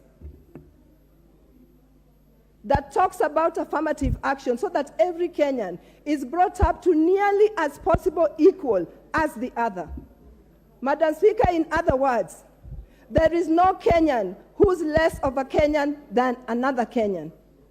Madam Speaker, the next thing that this Constitution did for me is that when you look at Article 244, coming from the bloodshed of 2007 and 2008, the Constitution introduced, very radically so, National Police Service, away from National Police Force. Because the Constitution recognized that in 2007 and 2008, the police were brutal, and a lot of lives were lost as a result. And if you look at 244C, one of the specific mandates that National Police Service is given, and I quote, Madam Speaker,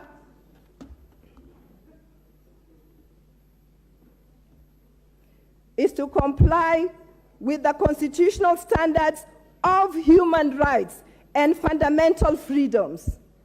End of quote. Madam Speaker, one such freedom is enshrined in Article 37 of this Constitution, where every Kenyan is given a right and an opportunity to picket, to demonstrate, if they so wish. Madam Speaker, a honorable member said that we should not overlook two words: peacefully or peaceably, and unarmed. Madam Speaker, I stand here to say that in the recent past, all the mandamanos or demonstrations that have had no presence of police have ended up being very peacefully. One such demonstration was one that was carried on in Siaya and was reported in our local TV stations. Another such demonstration was one that was carried in Kisumu West 2 weeks ago, where no police was present, and between 11 a.m. and 5:30 a.m., citizens demonstrated peacefully and went home without any incidents. Madam Speaker, it is therefore proven that the police, instead of acting in their protection role, actually provokes demonstrators who are otherwise very peaceful. In the provocation, Madam Speaker, there's tear gas, there's water batons, there's live bullets, which are used to shoot innocent, peaceful, unarmed demonstrators. Madam Speaker, I've stood on the floor of this House several times to actually protect the police and to actually fight for better living standards for the police. But on this front, the police of Kenya has failed Kenyans. They've turned into a killing squad. As I stand here today, you're seeing me in a black headscarf. I'm mourning two young men from my sub-location. One killed in Kondele at the flyover, way beyond the time of the demonstration. But as he's going home from work, a policeman at the flyover shoots at him. The boy had absolutely nothing. The other one killed in Kitengela. Madam Speaker, if you look at the 20 reported deaths, you will find that most of them were shot from the back. Madam Speaker, when you shoot people from the back, that means they are actually going. They are not even coming towards you to threaten you, but you choose to shoot them because you have the power of the gun. Madam Speaker, in many parts of this country today, Kenyans are mourning. Many of those young people will actually be buried this weekend, Madam Speaker. But, Madam Speaker, we cannot sit and watch this happen without discussing it and seeing how it can be brought to a stop, because tomorrow it will happen to you or your child or your relative. Madam Speaker, despite the fact that the National Police became a service and not a force, Madam Speaker, the curriculum of the training of the police still remains the same. And it's for this House to actually ensure that even the training of the police changes so that the police becomes a service and not a force. Madam Speaker, I don't care which side of the divide you're from. Because when the time comes and you face that policeman with a gun, a policeman who's only been trained to shoot, you will die, whether you belong to which side of the political divide.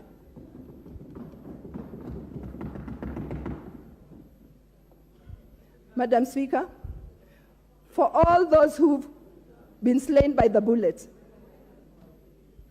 I ask this House to actually discuss and come up with opportunities where we'll actually ensure that those people who are dead will have justice, and justice that will be seen to be done. They might not be awake, they might not be alive to experience that justice, but we know that their death should not go in vain. Madam Speaker, I beg to move. Thank you, Honorable Rosa. And as guided by the Speaker and our standing orders. Mama yangu huyo. Huyo mimi namuita mama. Rosa Buyu. Mama yangu kipenzi. Rosa Buyu. Amezungumza kwa uchungu sana. Na alitoa machozi, by the way. Na hii ni kuishutumu serikali jinsi watu polisi, maafisa usalama wa polisi wanavyo wafyatulia risasi waandamanaji na kusababisha vifo vya mtindo huo na mambo kama hayo. Lakini Bi Rosa Buyu baada ya kuzungumza hayo, sasa hamaki ikapatikana kupitia hamaki ikaonekana kutoka kwa viongozi hawa huku, viongozi watawala tuseme, au wabunge watawala. Sasa alisimama Kimani Ichung'wah alisimama na akazungumza maneno makali sana, na anakuambia imetosha na hakuna kupeana mkono, no handshake. Sema imetosha na hakuna kupeana mkono, na inatosha kumwaga damu, unataka damu litangapi? Anazungumza maneno hayo. Sasa wanaoamini damu zinamwagika, wote wanaamini damu zinamwagika, lakini kweli wapinzani wanaamini serikali ndio inamwaga damu, na serikali inaamini nyinyi ndio mnamwaga damu, wapinzani ndio mnasababisha watu wapate maafa, si ndio? Kwa hiyo Kimani Ichung'wah, kumbuka kwa huyu ni pia ni mbunge wa watu wengi wale, sio nitaji ni majority. Ni majority, leader of majority. Akazungumza pale kwa uchungu sana, na akasema sana, na alivyosema hamaki tena ikatokea. Hii hapa video yake inamuonyesha Kimani Ichung'wah akizungumza kwa hasira, maana zile ni hasira. Sasa akizungumza kwa hasira, no more handshake, no more handshake. Akazungumza kwa hasira, na baada ya pale sasa watu wakaanza kupiga kelele na kusema kwamba no more blood na vitu kama hivyo, hakuna tena mwagaji damu na nini, maneno mengi yakazuka pale. Lakini hii hapa ni video ambayo inamuonyesha Kimani Ichung'wah akizungumza kwa uchungu na kwa hasira. Order members. We have a lot of interest on this motion, and we want to give members time to ventilate on this motion because it is important. So I ask all of you to maintain decorum in the House. Majority Leader, 30 seconds. 30 seconds. Honorable Speaker, thank you for bringing us back to order. I was going to conclude, Honorable Speaker, and say that we must, as leaders, declare that enough is enough, No more blood should be shed in this country. No more blood should be used as a currency for political negotiations. And for the record, Honorable Speaker, and as government spokesperson in this House, I want to say for the record, even with the bloodshed, Honorable Speaker, there shall be no handshake. We shall not allow people to use bloodshed, violence, and anarchy as currency for political negotiations. Honorable Speaker, Your time is up. Your time is up. Order. Order, members. Order, members.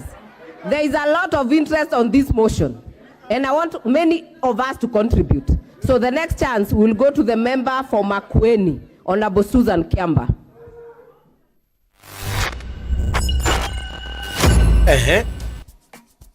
Hivyo ndivyo ambavyo wamemaliza. Yes. Kimani Ichung'wah. Na alivyomaliza zogo likaamka. Lakini kuna nyingine ya minority sasa. Yes. Mheshimiwa Opiyo Wandayi. Asemaje na yeye? Anasema aliguruma akasema acheni kuwalaumu Raila na Uhuru, shughulikeni masuala ya Wakenya na tuwaondoleni afisini au tuwaondoleni ofisini. Kwa maana ya Mheshimiwa Opiyo Wandayi amechoka. Yeye alichoka na alinguruma Sana. Na unaambiwa viongozi wa wabunge upinzani, kiongozi wa mkundo Opiyo Wandayi, yeye ndo member of minority. Yes. Sasa yeye member of minority kwanza alizungumza baadaye sana na akamuomba kabisa mama pale, akamwambia bana, Mheshimiwa Speaker, mimi naomba dakika 10. Watu huko walianza kuleta zogo, ambaye hapana, mimi naruhusiwa, mimi ni member of minority. Na akapitia kifungu, Mheshimiwa Speaker akasoma, naibu speaker akasema member of minority na member of majority wakitaka wakizungumza kwa dakika 10 inaruhusiwa. Wakitaka tupatie dakika 10. Kwa hiyo alivyozungumza Mheshimiwa Opiyo Wandayi, kwanza alivyoanza alivyozungumza akasema mimi niko hapa kwenye misimu yote minne, yani marais wote wa 4 waliopita mimi nipo. Na nazungumza kwa facts. Sawa Sababu nimekuwa na kuzungumza kuhusu machafuko ya polisi nini. Alianza kwanza kuzungumza vitu vingine. Akazungumza jinsi taifa tunavyoliweka katika hatari na vitu kama hivyo, akiona migogoro huko na huko. Baadaye akagusa sasa. Alivyogusa watu huko akaanza kuleta zogo. Yes. Naibu speaker, order please, akamwambia no. Waache na wabudu. Mzee huyu mimi nampenda sana. Yaani kutoka moyoni mzee Opiyo Wandayi ni baba wa kuheshimika na ni baba wa kujifunza vingi. Anazungumza kwa fact afu na confidence akamwambia na wamudu. Because anajua confidence unapata kwa sababu you know, unajua, una facts, umeresearch, unajua unachokizungumza. Si tuna guess. Hii hapo. Yes. Video ambayo inaonyesha Mheshimiwa Opiyo Wandayi akizungumza kwa uchungu na kumbukeni moto uliwaka huko mbele. Tutakuja hapo. Sasa tuone huo moto baadaye. I am the leader. Why are you anxious? Order, members. And I want to... Order, members. In my discretion, the leader of majority and minority will each have 10 minutes. Yeah. Madam Speaker, and I want to actually help reduce the temperatures. But let me start by saying this. That sometimes when I sit here and listen to members speak, I really get amazed. You know, Madam Speaker, I have seen members right from the 11th Parliament who were then very supportive of these kind of atrocities by the police. Come the 12th Parliament, they were here crying, and they cried throughout. Now, Madam Speaker,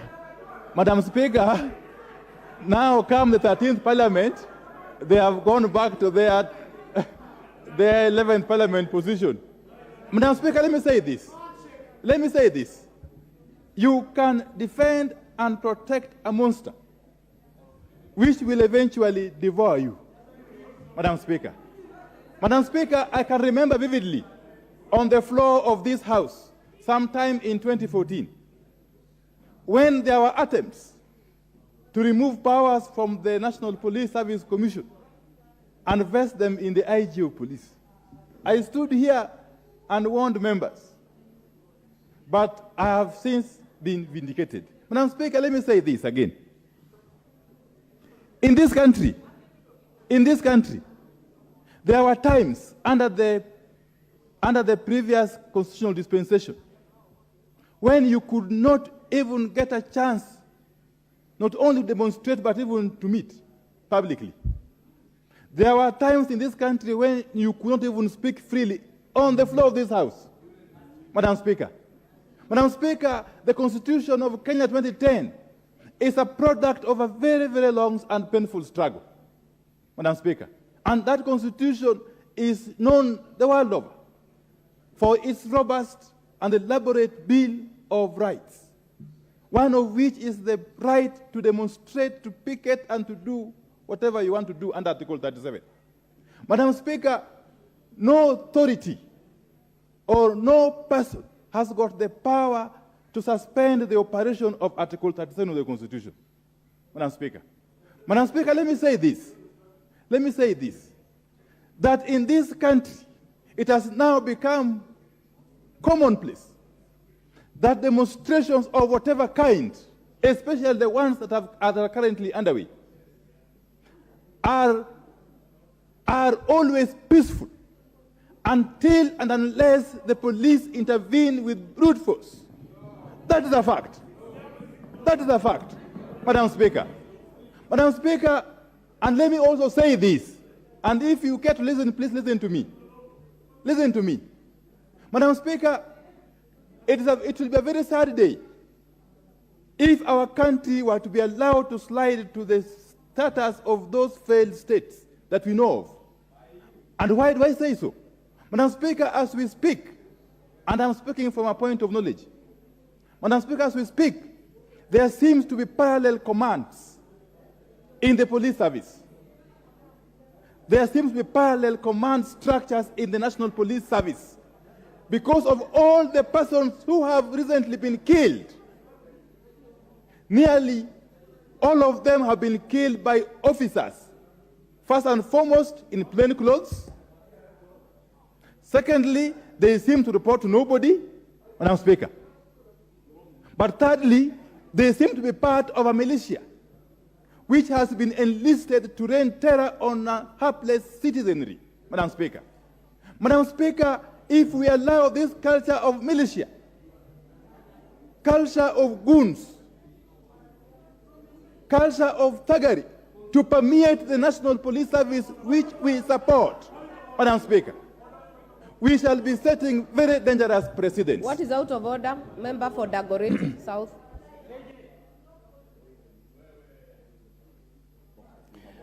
Madam Speaker, I've got utmost respect for the leader of minority, and I was keen to listen through to his speech so that I can respond when I get an opportunity.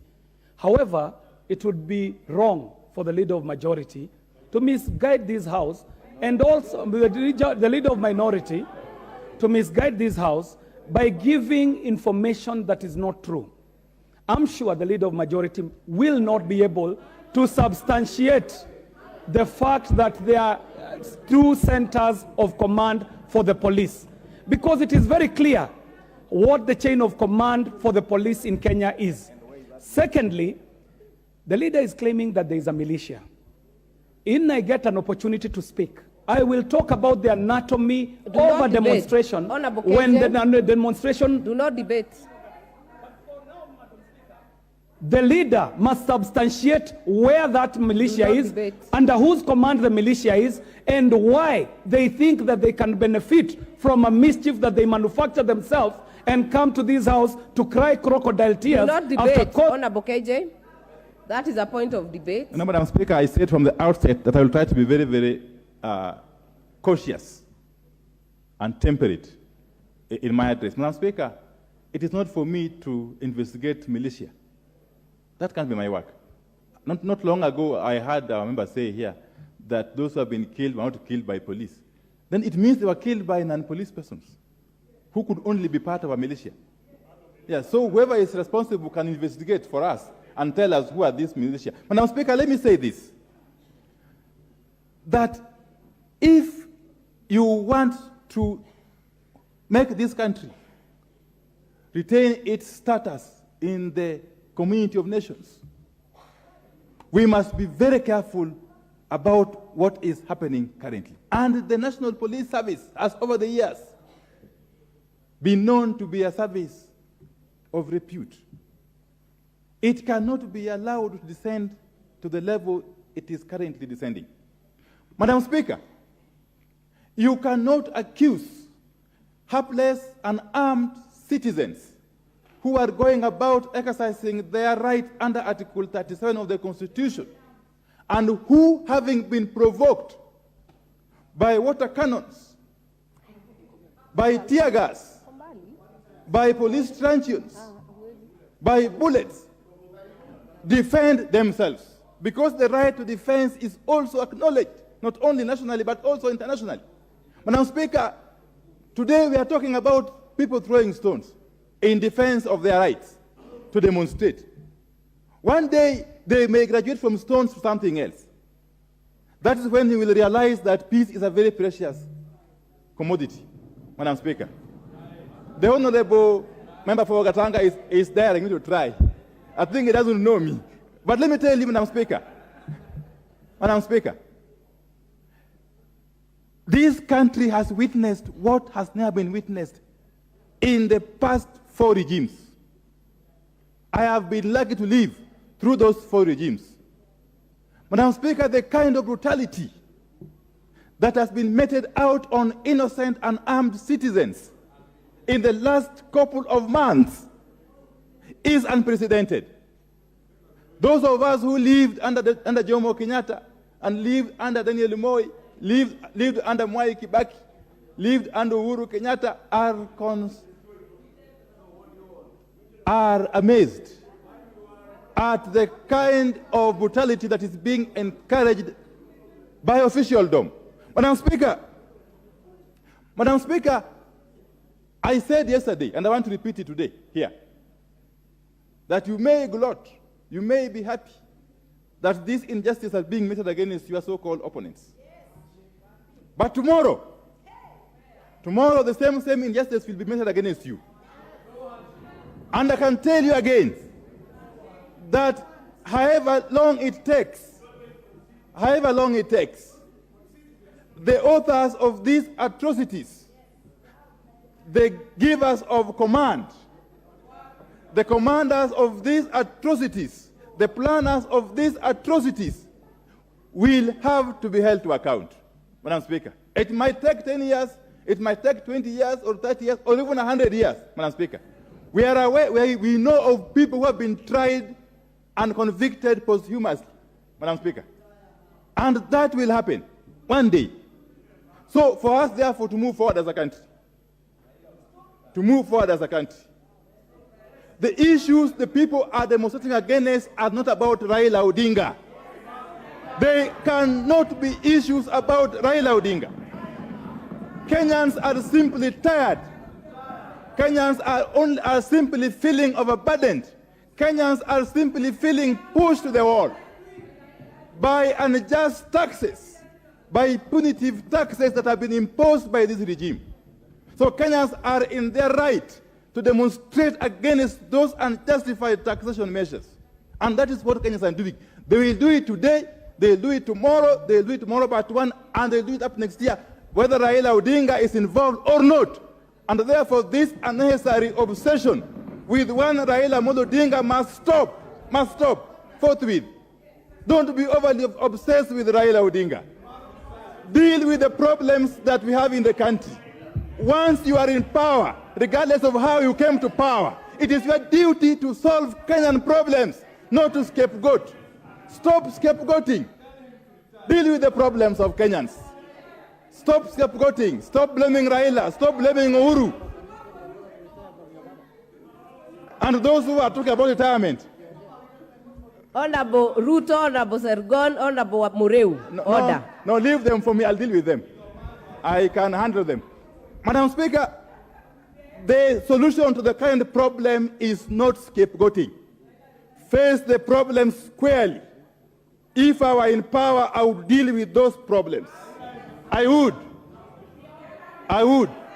Okay? But once your policies have failed, or seem to be failing. Stop venting your anger on helpless and armed Kenyan youth. Those youth you are killing require jobs, not bullets. Those youth that you are killing using the police and the militia require jobs that you promise them. Stop killing them. That is the message Kenyans are sending to you, Kenya Kwanza, Madam Speaker. And that message will be sent to you whether Raila Odinga is involved or not, Madam Speaker. Madam Speaker, let me end by saying this. Let me end by saying this. You cannot solve a governance problem by using strong arm tactics, by deploying the police to hunt leaders. No amount of arrests, no amount of incarceration, no amount of intimidation can silence Kenyans, I can tell you. And you have got no enough space in the prisons to jail everybody. You can't. And you have got no enough bullets to kill all Kenyans. I can tell you. You will kill some today, and those who remain will continue to remind you of your failures. So you better go back, relax, and start governing for the time you are in power, before we remove you. Thank you, Madam Speaker. Yeah. Order, members. The next chance will go to the member. Yeah. Huyo mzee wangu bana. Mambo ndo. Huyo mzee wangu akisimama waga anazungumza. Huyo ndo mzee Opio Wandayi. Anakuambia na wamudu waache. Waache na wamudu. Ama wafukuzu kwenye nini? Sasa baada ya migogoro hiyo au mazungumzo hayo kuendelea, lakini pia Kimani Ichung'wah akazungumza kwa uchungu sana, kwa hasira sana. Anakuambia siku nitakapoendesha hii serikali utanifahamu mimi vyema ni nani. Anamwambia hiyo Junet Mohamed. Mungu mimi nikimwangaliaga mheshimiwa Junet naonaga kama ni mbunge mwenye jokes. Kwa sababu utaona kivumbi fulani pale mbele. Yes. Kuna mbunge mmoja alisimama akaeleza. Mbunge mmoja alisimama, mbunge Atandi akazungumza. Akasema wananchi walokufa wanafika kama watu kama 90 anazungumza. Wanafika watu 90.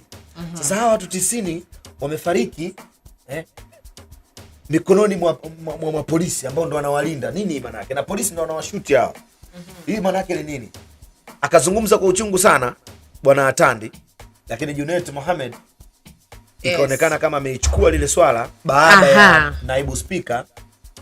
naibu speaker kusema niletee hiyo stakabadhi au karatasi inayoonyesha kwamba watu kule wamekufa. Majina yakaonyeshwa. Mbona majina yana head letter?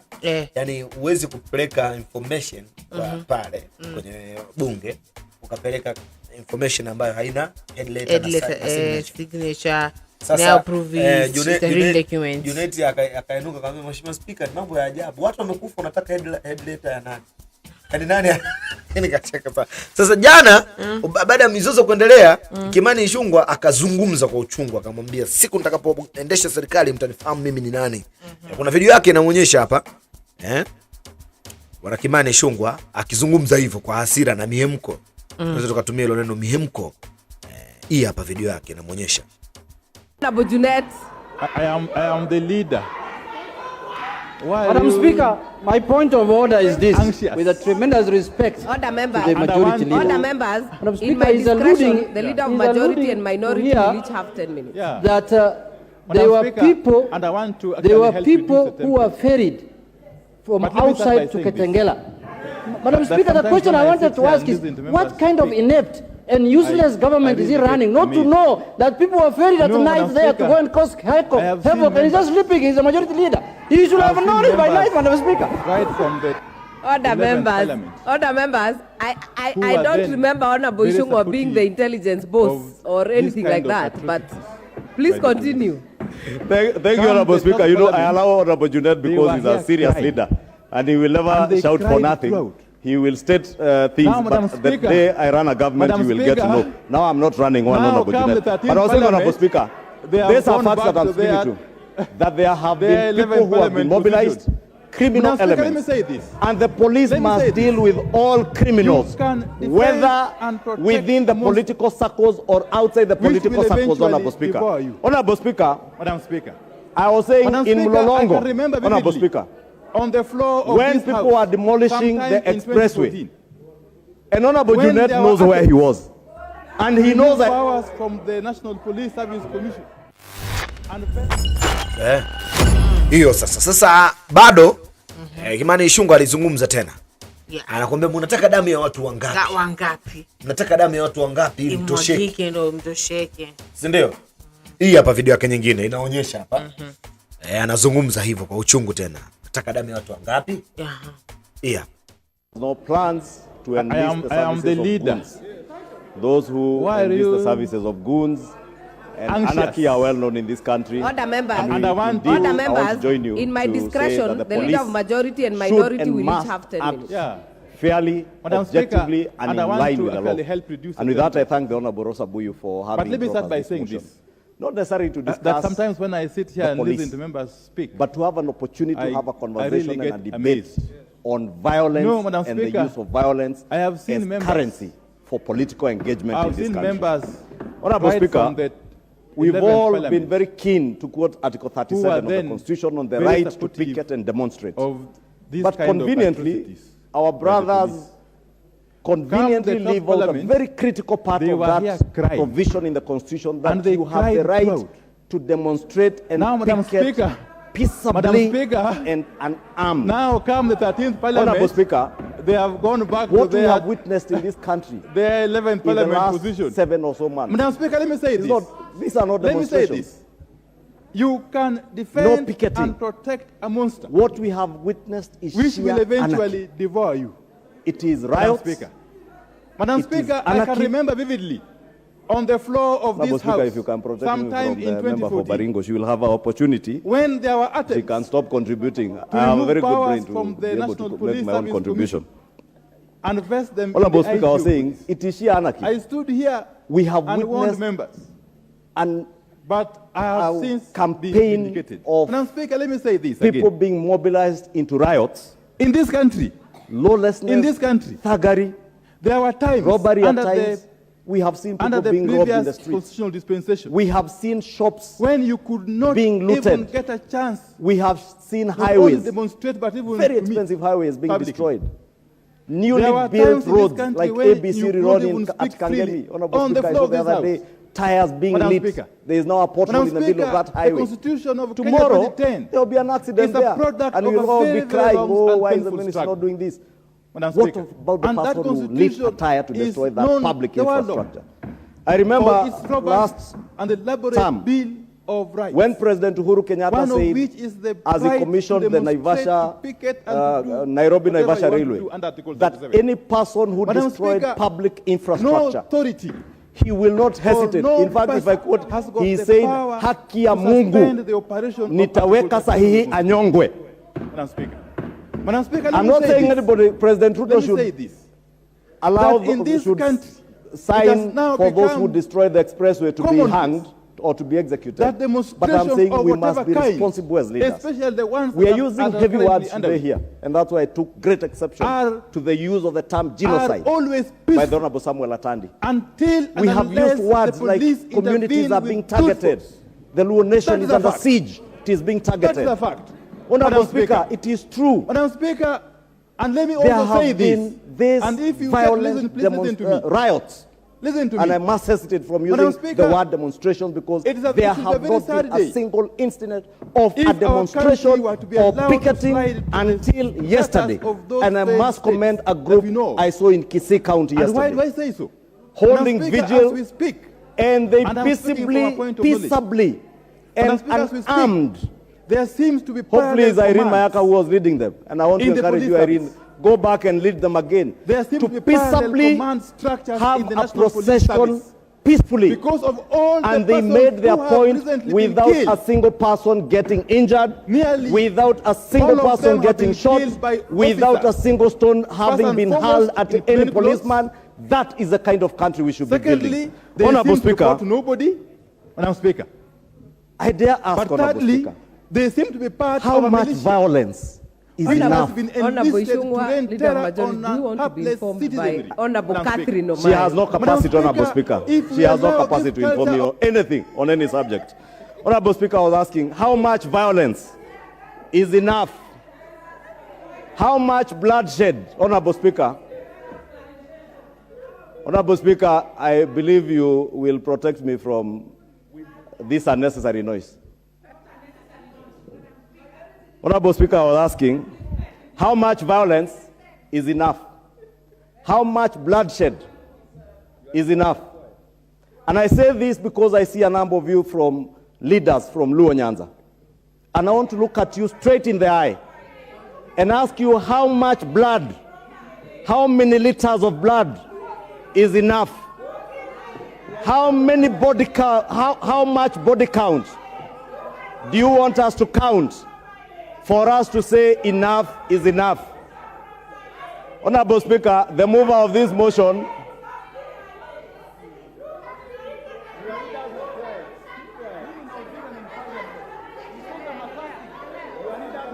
Honorable Speaker, I am posing... Honorable Otiende, what is out of order? Thank you, Madam Chair. Madam Chair, I think the Leader of Majority was progressing quite well, even though the motion is about police conduct, but he's made it political, but that's his discretion. But is it in order for the Leader of Majority to now single community and talk of blood as if he's imputing that the Luo community have spilled blood, when it is actually the Luo community who are bearing the brunt of all violence in this country in every year? Could he please withdraw that statement? Honorable Speaker, if you can protect me from Rosa Buyu, Honorable Speaker, or can you, Honorable Speaker, can you allow Honorable Rosa Buyu Honorable members, to say what she's saying on record so that Honorable she's members, not shouting? we shall not address members across the aisle. If you need to catch the speaker's eye, you know what to do. Honorable Rosa Buyu, Honorable Millie Odhiambo, do not shout across the floor. Honorable Speaker. You are out of order. Honorable Speaker, you know I have tremendous respect for Senior Counsel Otiende Amolo because he listens and responds as we should do in a debating chamber, not shouting. And I must clarify to Honorable Otiende Amolo, I was speaking to the leadership from Luo Nyanza. And I was asking, we must come to a time now when we say enough is enough. That we cannot continue mobilizing people for riots in the name of Article 37 of the Constitution. Then we cry foul. Honorable Speaker, Honorable, last week, order, majority. will I have time? Honorable, I hope you will add my time. Honorable Ward Chief, what is out of order?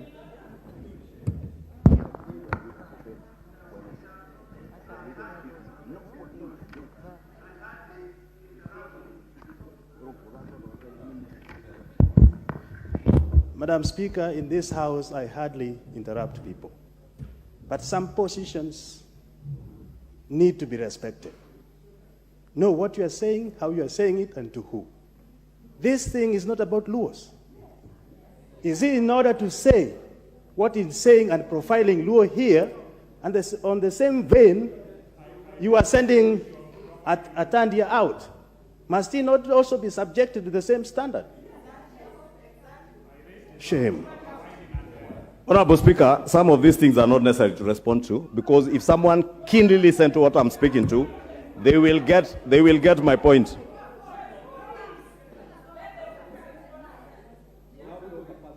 Order members, I really will actually engage and indulge us to actually just observe decorum because I have had an Honorable Otiende Amolo, you can confirm that this came from this side of my left initially. But I would request honorable members that we observe our standing orders, don't cast aspersion to leaders, and do not get out of topic.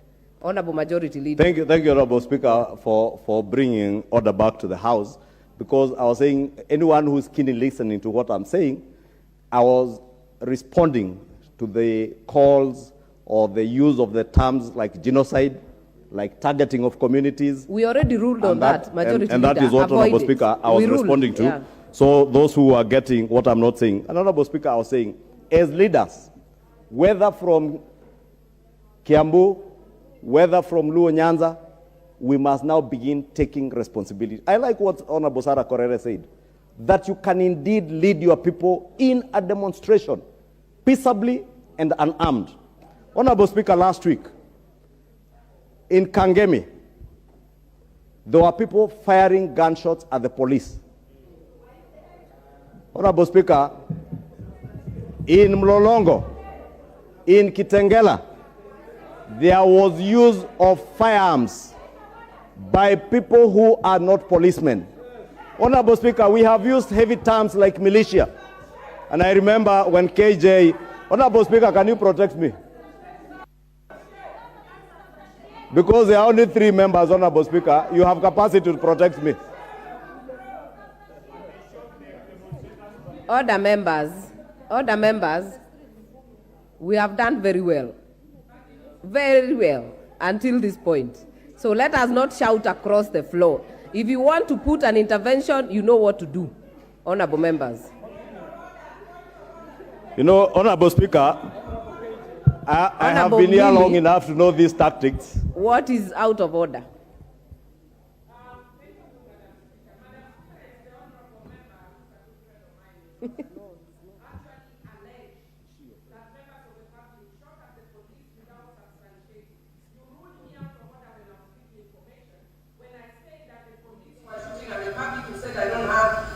Information.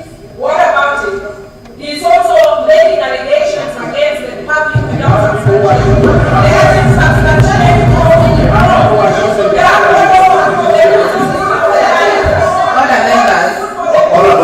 Other members, you know I have listened to all of you.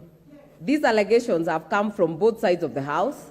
I have had people who say they were shot from the back, others from the front, others the police were shot. So if we are going to make progress, honorable members, let us be keen on what we present. Honorable Ishungwa, Honorable Speaker, you know I never stand here to say careless things. There was a report, Honorable Speaker, that was released the day before yesterday by the Ministry of Interior that is in public record that 158 police vehicles have been destroyed, 305 officers injured, 1 policeman killed. Honorable Speaker, when I said there was fire towards the police in Kangemi, indeed I happened to be in the vicinity that day, attending a funeral, Honorable Speaker, in a church. And the Honorable KJ, because I was with the Honorable KJ, he can tell you, as we waited, policemen had to take cover because there were gunshots coming from the crowd. Honorable Speaker, when the Honorable Pio and I was challenged on the use of the word militia, I want to state that it is indeed true. There has been a militia that has been used in these riots that have purported to be demonstrations. Honorable Speaker, you saw even our mainstream media houses cover incidences in Kitengela, where members of the public were alluding to the fact that all the people who were purportedly demonstrating in Kitengela were outsiders who were ferried into Kitengela using public service vehicles. Order members. And you must add me time, Honorable Speaker. Order members. I know so many of us want to speak, and I want to confirm we have a lot of time for everyone to speak. We have an hour and a half to go. So we will speak. So we will give the majority leader to wind up, because your time is up, majority Honorable leader. Speaker, you will add me the time that I have been disrupted. And I had time, 3 minutes, 20 seconds. Honorable Speaker, I was saying, if you listen to the people in Kitengela, saying that people were brought in to Kitengela in the morning, the violence that was meted out in Mlolongo was never by the people of Mlolongo or Mavoko, but it's outsiders who were brought in. Honorable Speaker, when you speak about militia, we know the militia and criminal gangs that have been used politically in this country since time immemorial. You know who What dons is out of order, the Honorable Mungiki sect and Mungiki militia? You Mr. know Speaker, who works with my them. point of order is this. Order. You know who... Well, my point of order is this, Mr. Speaker. Order. What is out of order, Honorable Junet? Madam Speaker, my point of order is this, with a tremendous respect to the majority leader. Madam Speaker, he's alluding to here that there were people who were ferried from outside to Kitengela. Madam Speaker, the question I wanted to ask is, what kind of inept and useless government is he running not to know that people were ferried at night there to go and cause havoc, and he's just sleeping? He's a majority leader. He should have known it by night, Madam Speaker. Order, members. Order, members. I don't remember Honorable Ishungwa being the intelligence boss or anything like that, but please continue. Thank you, Honorable Speaker. You know, I allow Honorable Junet because he's a serious leader and he will never shout for nothing. He will state things, but the day I run a government, you will get to know. Now I'm not running one, Honorable Junet. But I was saying, Honorable Speaker, these are facts that I'm speaking to, that there have been people who have been mobilized, criminal elements, and the police must deal with all criminals, whether within the political circles or outside the political circles, Honorable Speaker. Honorable Speaker, I was saying in Mlolongo, Honorable Speaker, when people were demolishing the expressway, and Honorable Junet knows where he was, and he knows that.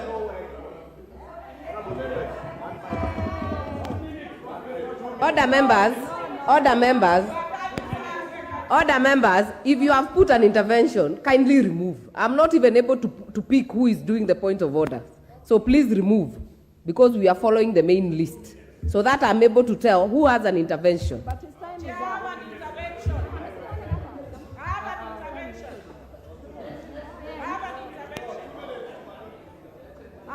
is up. Order, members.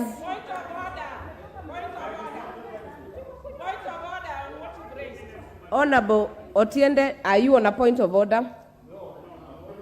You're waiting to talk. All right. Honorable Kamket, are you on a point of order? If you're waiting to speak, I will not give anyone now on a point of intervention. Majority Leader, please, you have 1 minute. Wind up. Honorable Speaker.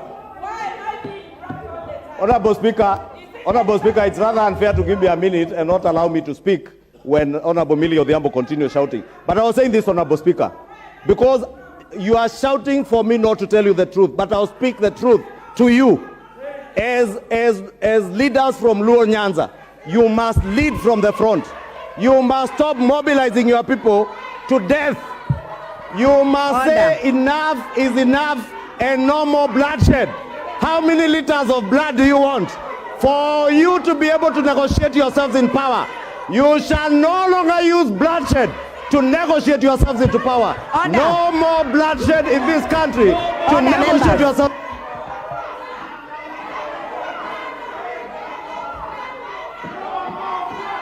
Order.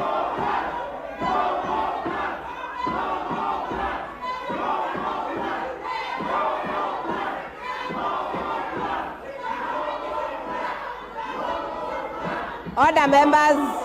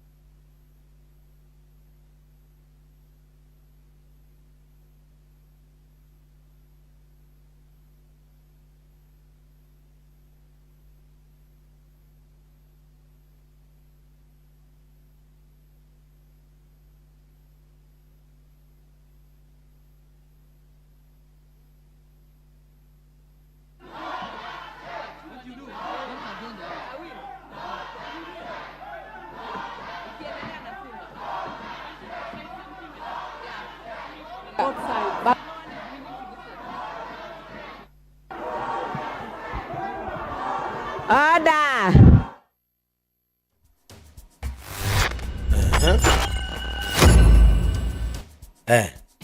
Hivyo ndivyo ambavyo mambo yamezidi kuwa mambo, na Ishungu amekuwa na ujumbe mrefu sana. Ujumbe mkubwa sana. Ujumbe mwingi kwa serikali yetu, lakini maneno mengi ameyazungumza Ishungwa siku ya jana pale katika bunge la 13 ambalo liliendelea bungeni pale, si ndio bwana kwa hiyo mambo yako hivyo, mambo yako moto. Lakini kabla hatujaenda kumwangalia Junet Mohamed ambaye alikuwa naye na majibizano yake na naibu speaker wa bunge kuhusiana na haya mambo, tunatamani pia kujoin na mwenzetu ambaye yuko kule field, au tunatarajia kujiunga na mwenzetu ambaye yuko field kule Bwana Don kuhusiana na masuala mazima ambayo yanaendelea pale Karen. Kuna tuseme kama misa au tuseme kama maombi maalum ambayo yameandaliwa pale, yanafanyika pale. Sasa namna gani tunajaribu kujoin, na bado tuko hapa kutazama kama mwenzetu atakuwa live kabisa pale, na yuko live, lakini kama tutaungana naye hapa moja kwa moja, basi tutakujuza mtazamaji wa Channel 7 News TV na Kenya News Alert. Lakini pia kupitia Facebook ni Channel 7 News TV, na YouTube ni Kenya News Alert na Channel 7 News TV, tunapatikana kote huko. Na hivyo ndivyo ambavyo tunajitayarisha kujiunga na mwenzetu aliyekuwa kule field, na tukiwa bado tunaendelea kuhangaika. Hii ya Junet kama iko tayari, basi jaribu kuiplay kwanza. Hii mheshimiwa mbunge Junet yeye akiwa na bilinge 2-3 na naibu speaker pale siku ya jana pale bungeni, huku tukiwa tunamsubiria Don akiwa tayari, basi tunaweza tukaikata na tukaendelea na mambo. What is out of order, Honorable Junet? Madam Speaker, this is a house of procedure, Madam Speaker. And as you have said very well here, that the document tabled by a member must have a letterhead and must be authenticated. Madam Speaker, let me ask you a question as the Speaker presiding over this. How do you expect the dead bodies to have letterheads? These are people who are dead. Where do you want them to get letterheads from? These are people who are already dead. Where do we get the letterheads from, Madam Speaker? These are dead people. Order, Honorable Where Junet. do you get letterheads for dead people? Order. Honorable Junet. Honorable Junet. How did they write these names, if at all they are dead?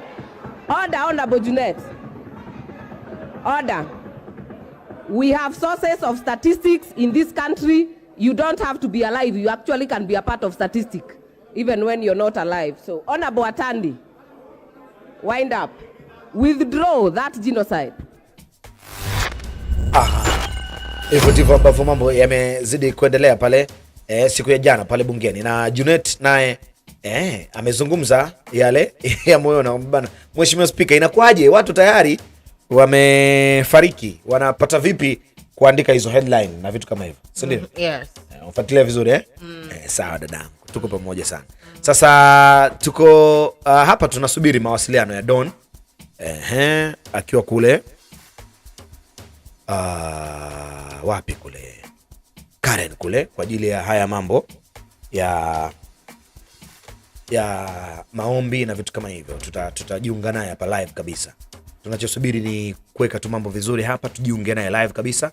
Yeye akiwa kule na sisi tuko hapa, basi mambo yanaweza kuwa mazuri sana, si ndio ni kumruhusu tu hapo ili mambo yaweze kuwa mazuri.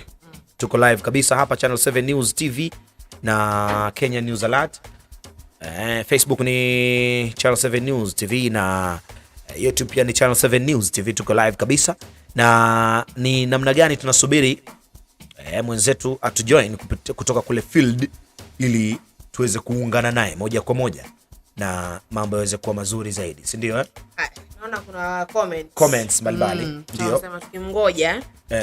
Sema Kenya Kwanza hao ndio wanapeleka inchi kwa shimo.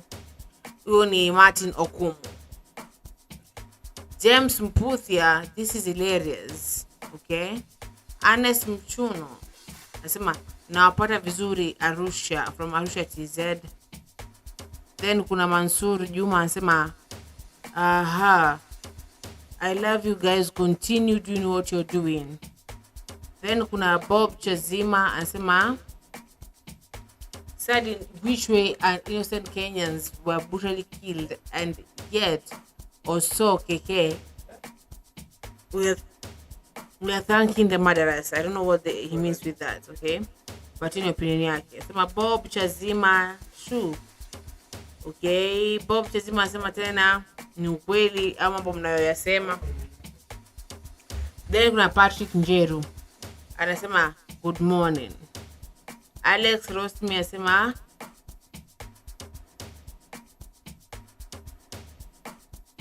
good morning.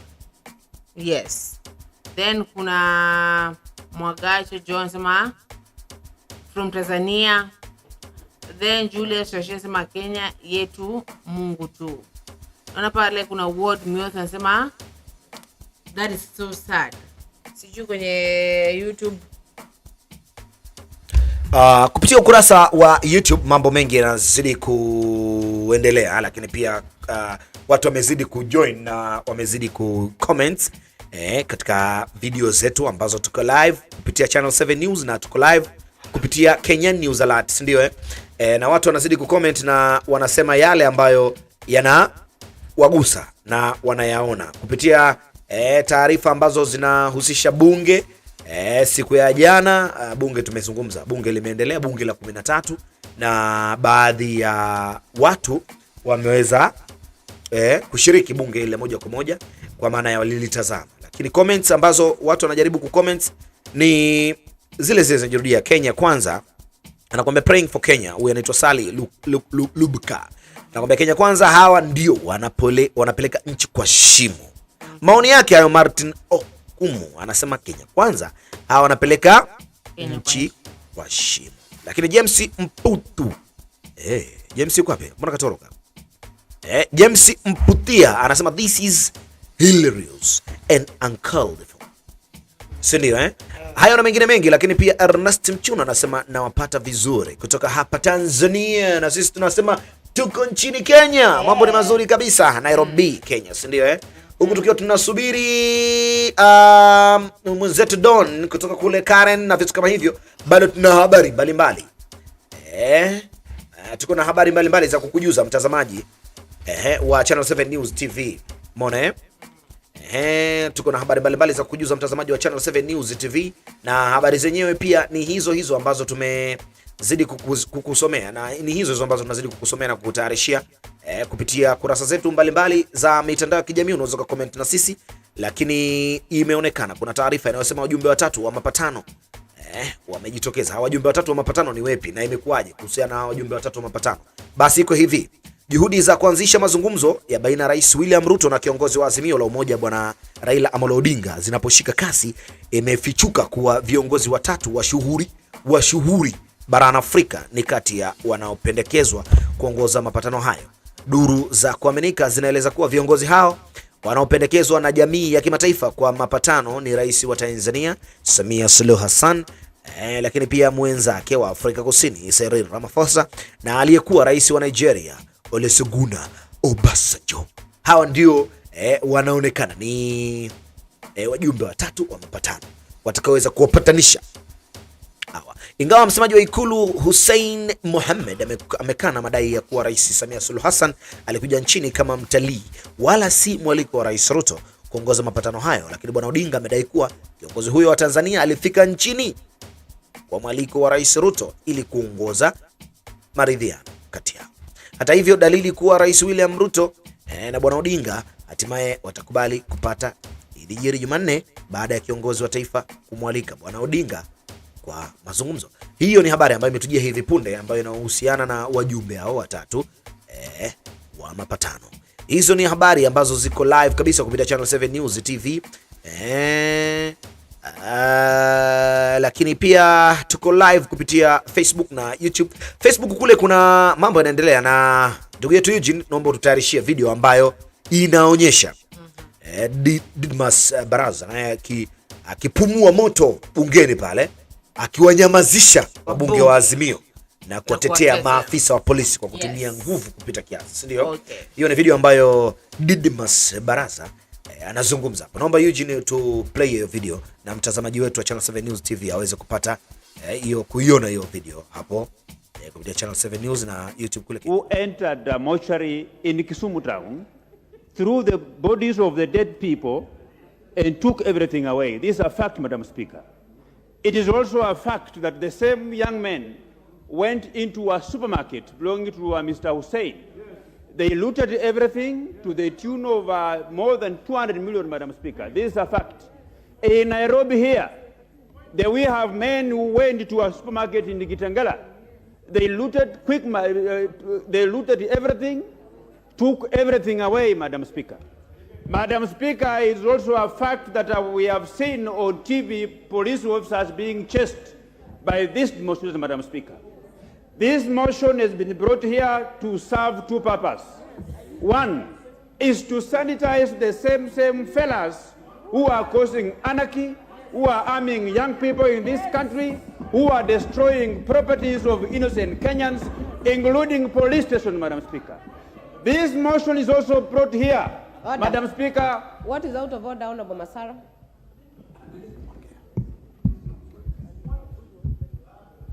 It is quite, thank you, Madam Speaker. It is quite unfortunate that Honorable Didmas Barasa is misleading this House. Let him produce documents showing those who looted those supermarkets. It is in record in this country. Let us not reduce Parliament to where somebody can talk. As somebody who was charged by murder, killing people by gun, cannot come in this Parliament and start lecturing people on issues of Honorable Masara. Order. Honorable Masara.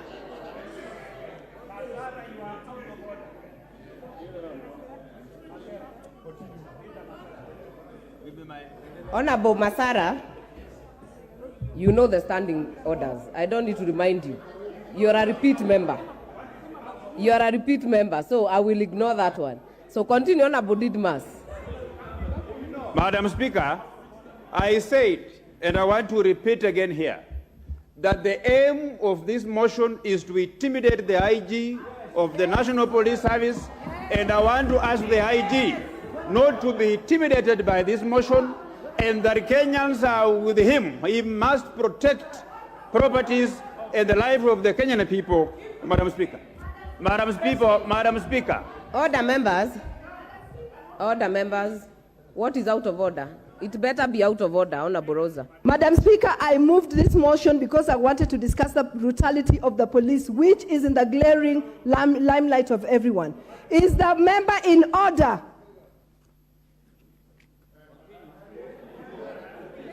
Is the member in order to claim that I, Rosa Akinyi-Buyu, brought in this motion so that it can be a cleansing act of some people that is imagining? Is in order to... Honorable members, What? Order members. No, Madam Speaker. Order members. Honorable Rosa, you've already raised your point of order. Madam Speaker. Honorable members, order. The Speaker approved this motion. It has gone through the scrutiny that is required. It is properly before this House. So even as we debate, Honorable Didmas, let us restrict ourselves to the motion. And don't cast aspersions to your colleagues, even on the other side. Madam Speaker, if you look at the content of the motion, it has got statistics that are not proven. And when you are debating a motion, you debate it in a language, it will package your facts the way you want to package your facts. So by me saying that the reason why this motion was brought here is to intimidate the National Police Service from discharging their constitutional duties, and I want to tell them, all the agencies, that Kenyans are with them. And I want to make it very clear, Honorable Madam Speaker. Madam Speaker, there are members from the opposition who have been hiding in my house in the servant quarters for fear of being arrested. I want to ask them to forget. If they are continuing to engage in the things they are engaging in, let them be arrested, Madam Speaker. I will no longer provide refuge for suspected criminals who are destroying properties in this country, Madam Speaker. Order, Madam members. Speaker, protect me. Order, members. Order. Order, Honorable Didmas. Order. Order. Order. Order, members. Order, members. Honorable Millie Odhiambo. Honorable Bensouda, let us not shout across the aisle. Honorable Didmas,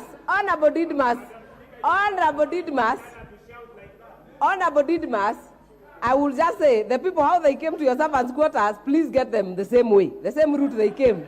Get them the same way.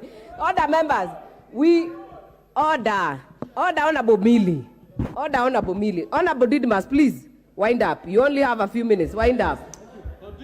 Madam Speaker, I want to summarize by saying that those leaders who will continue to radicalize the children of this country by arming them with machetes and rungus to loot and destroy public and the private properties.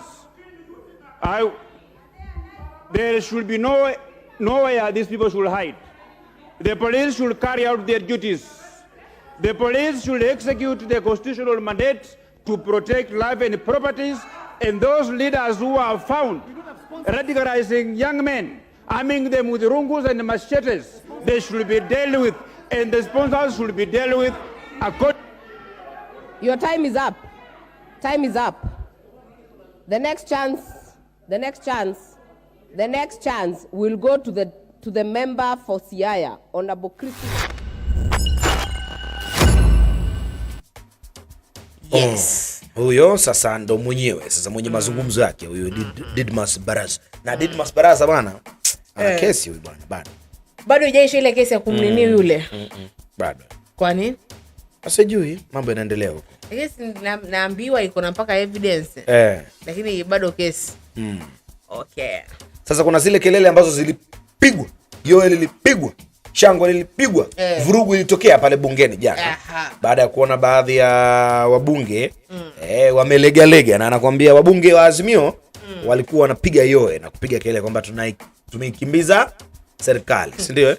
Anakuambia tumeikimbiza serikali humu ndani. Serikali tumeikimbiza. Tumeitoa serikali na vitu kama hivyo. Kelele hizo zilikuwa zinapigwa, yoe zilikuwa zinapigwa na hawa hapa baadhi ya wabunge au wabunge walikuwa wakipiga hizo kelele. Hebu tutazame kabisa hii video yao hapa wakionekana wakipiga yoe na hizo kelele wakizipiga hapa. Hii hapa video yao. Member for Starehe, member for Embakasi. Order members.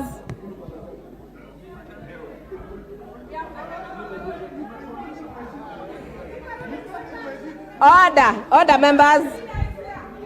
We have not attained the required numbers, and therefore we will all be upstanding, honorable members. And the time being 6:21 p.m., this House stands adjourned until Tuesday, 1st August 2023 at 2:30 p.m.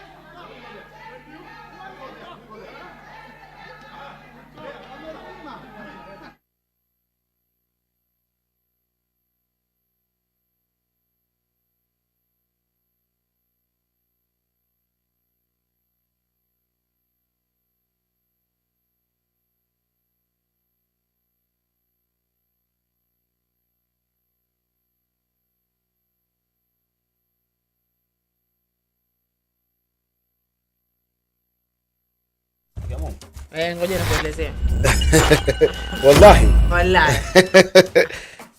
Wallahi. Kwa mtiti kama unaweza kupata haki ya Mungu. That's the mtiti ulikuwa mtiti kweli kweli.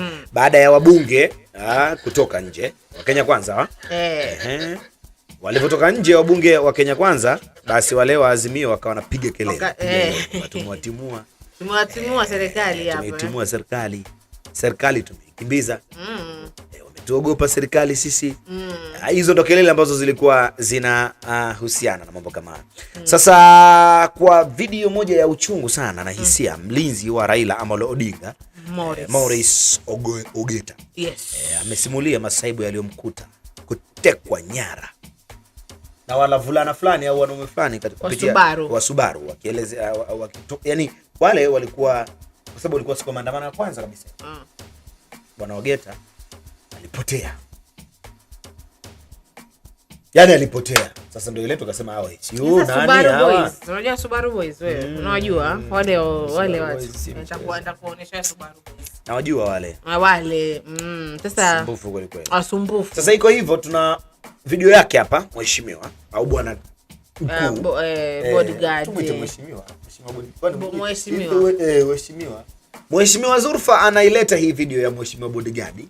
Yes. Ikimuonyesha anazungumza masuala haya ya utekaji. Ukimwangalia kwenye ile nini?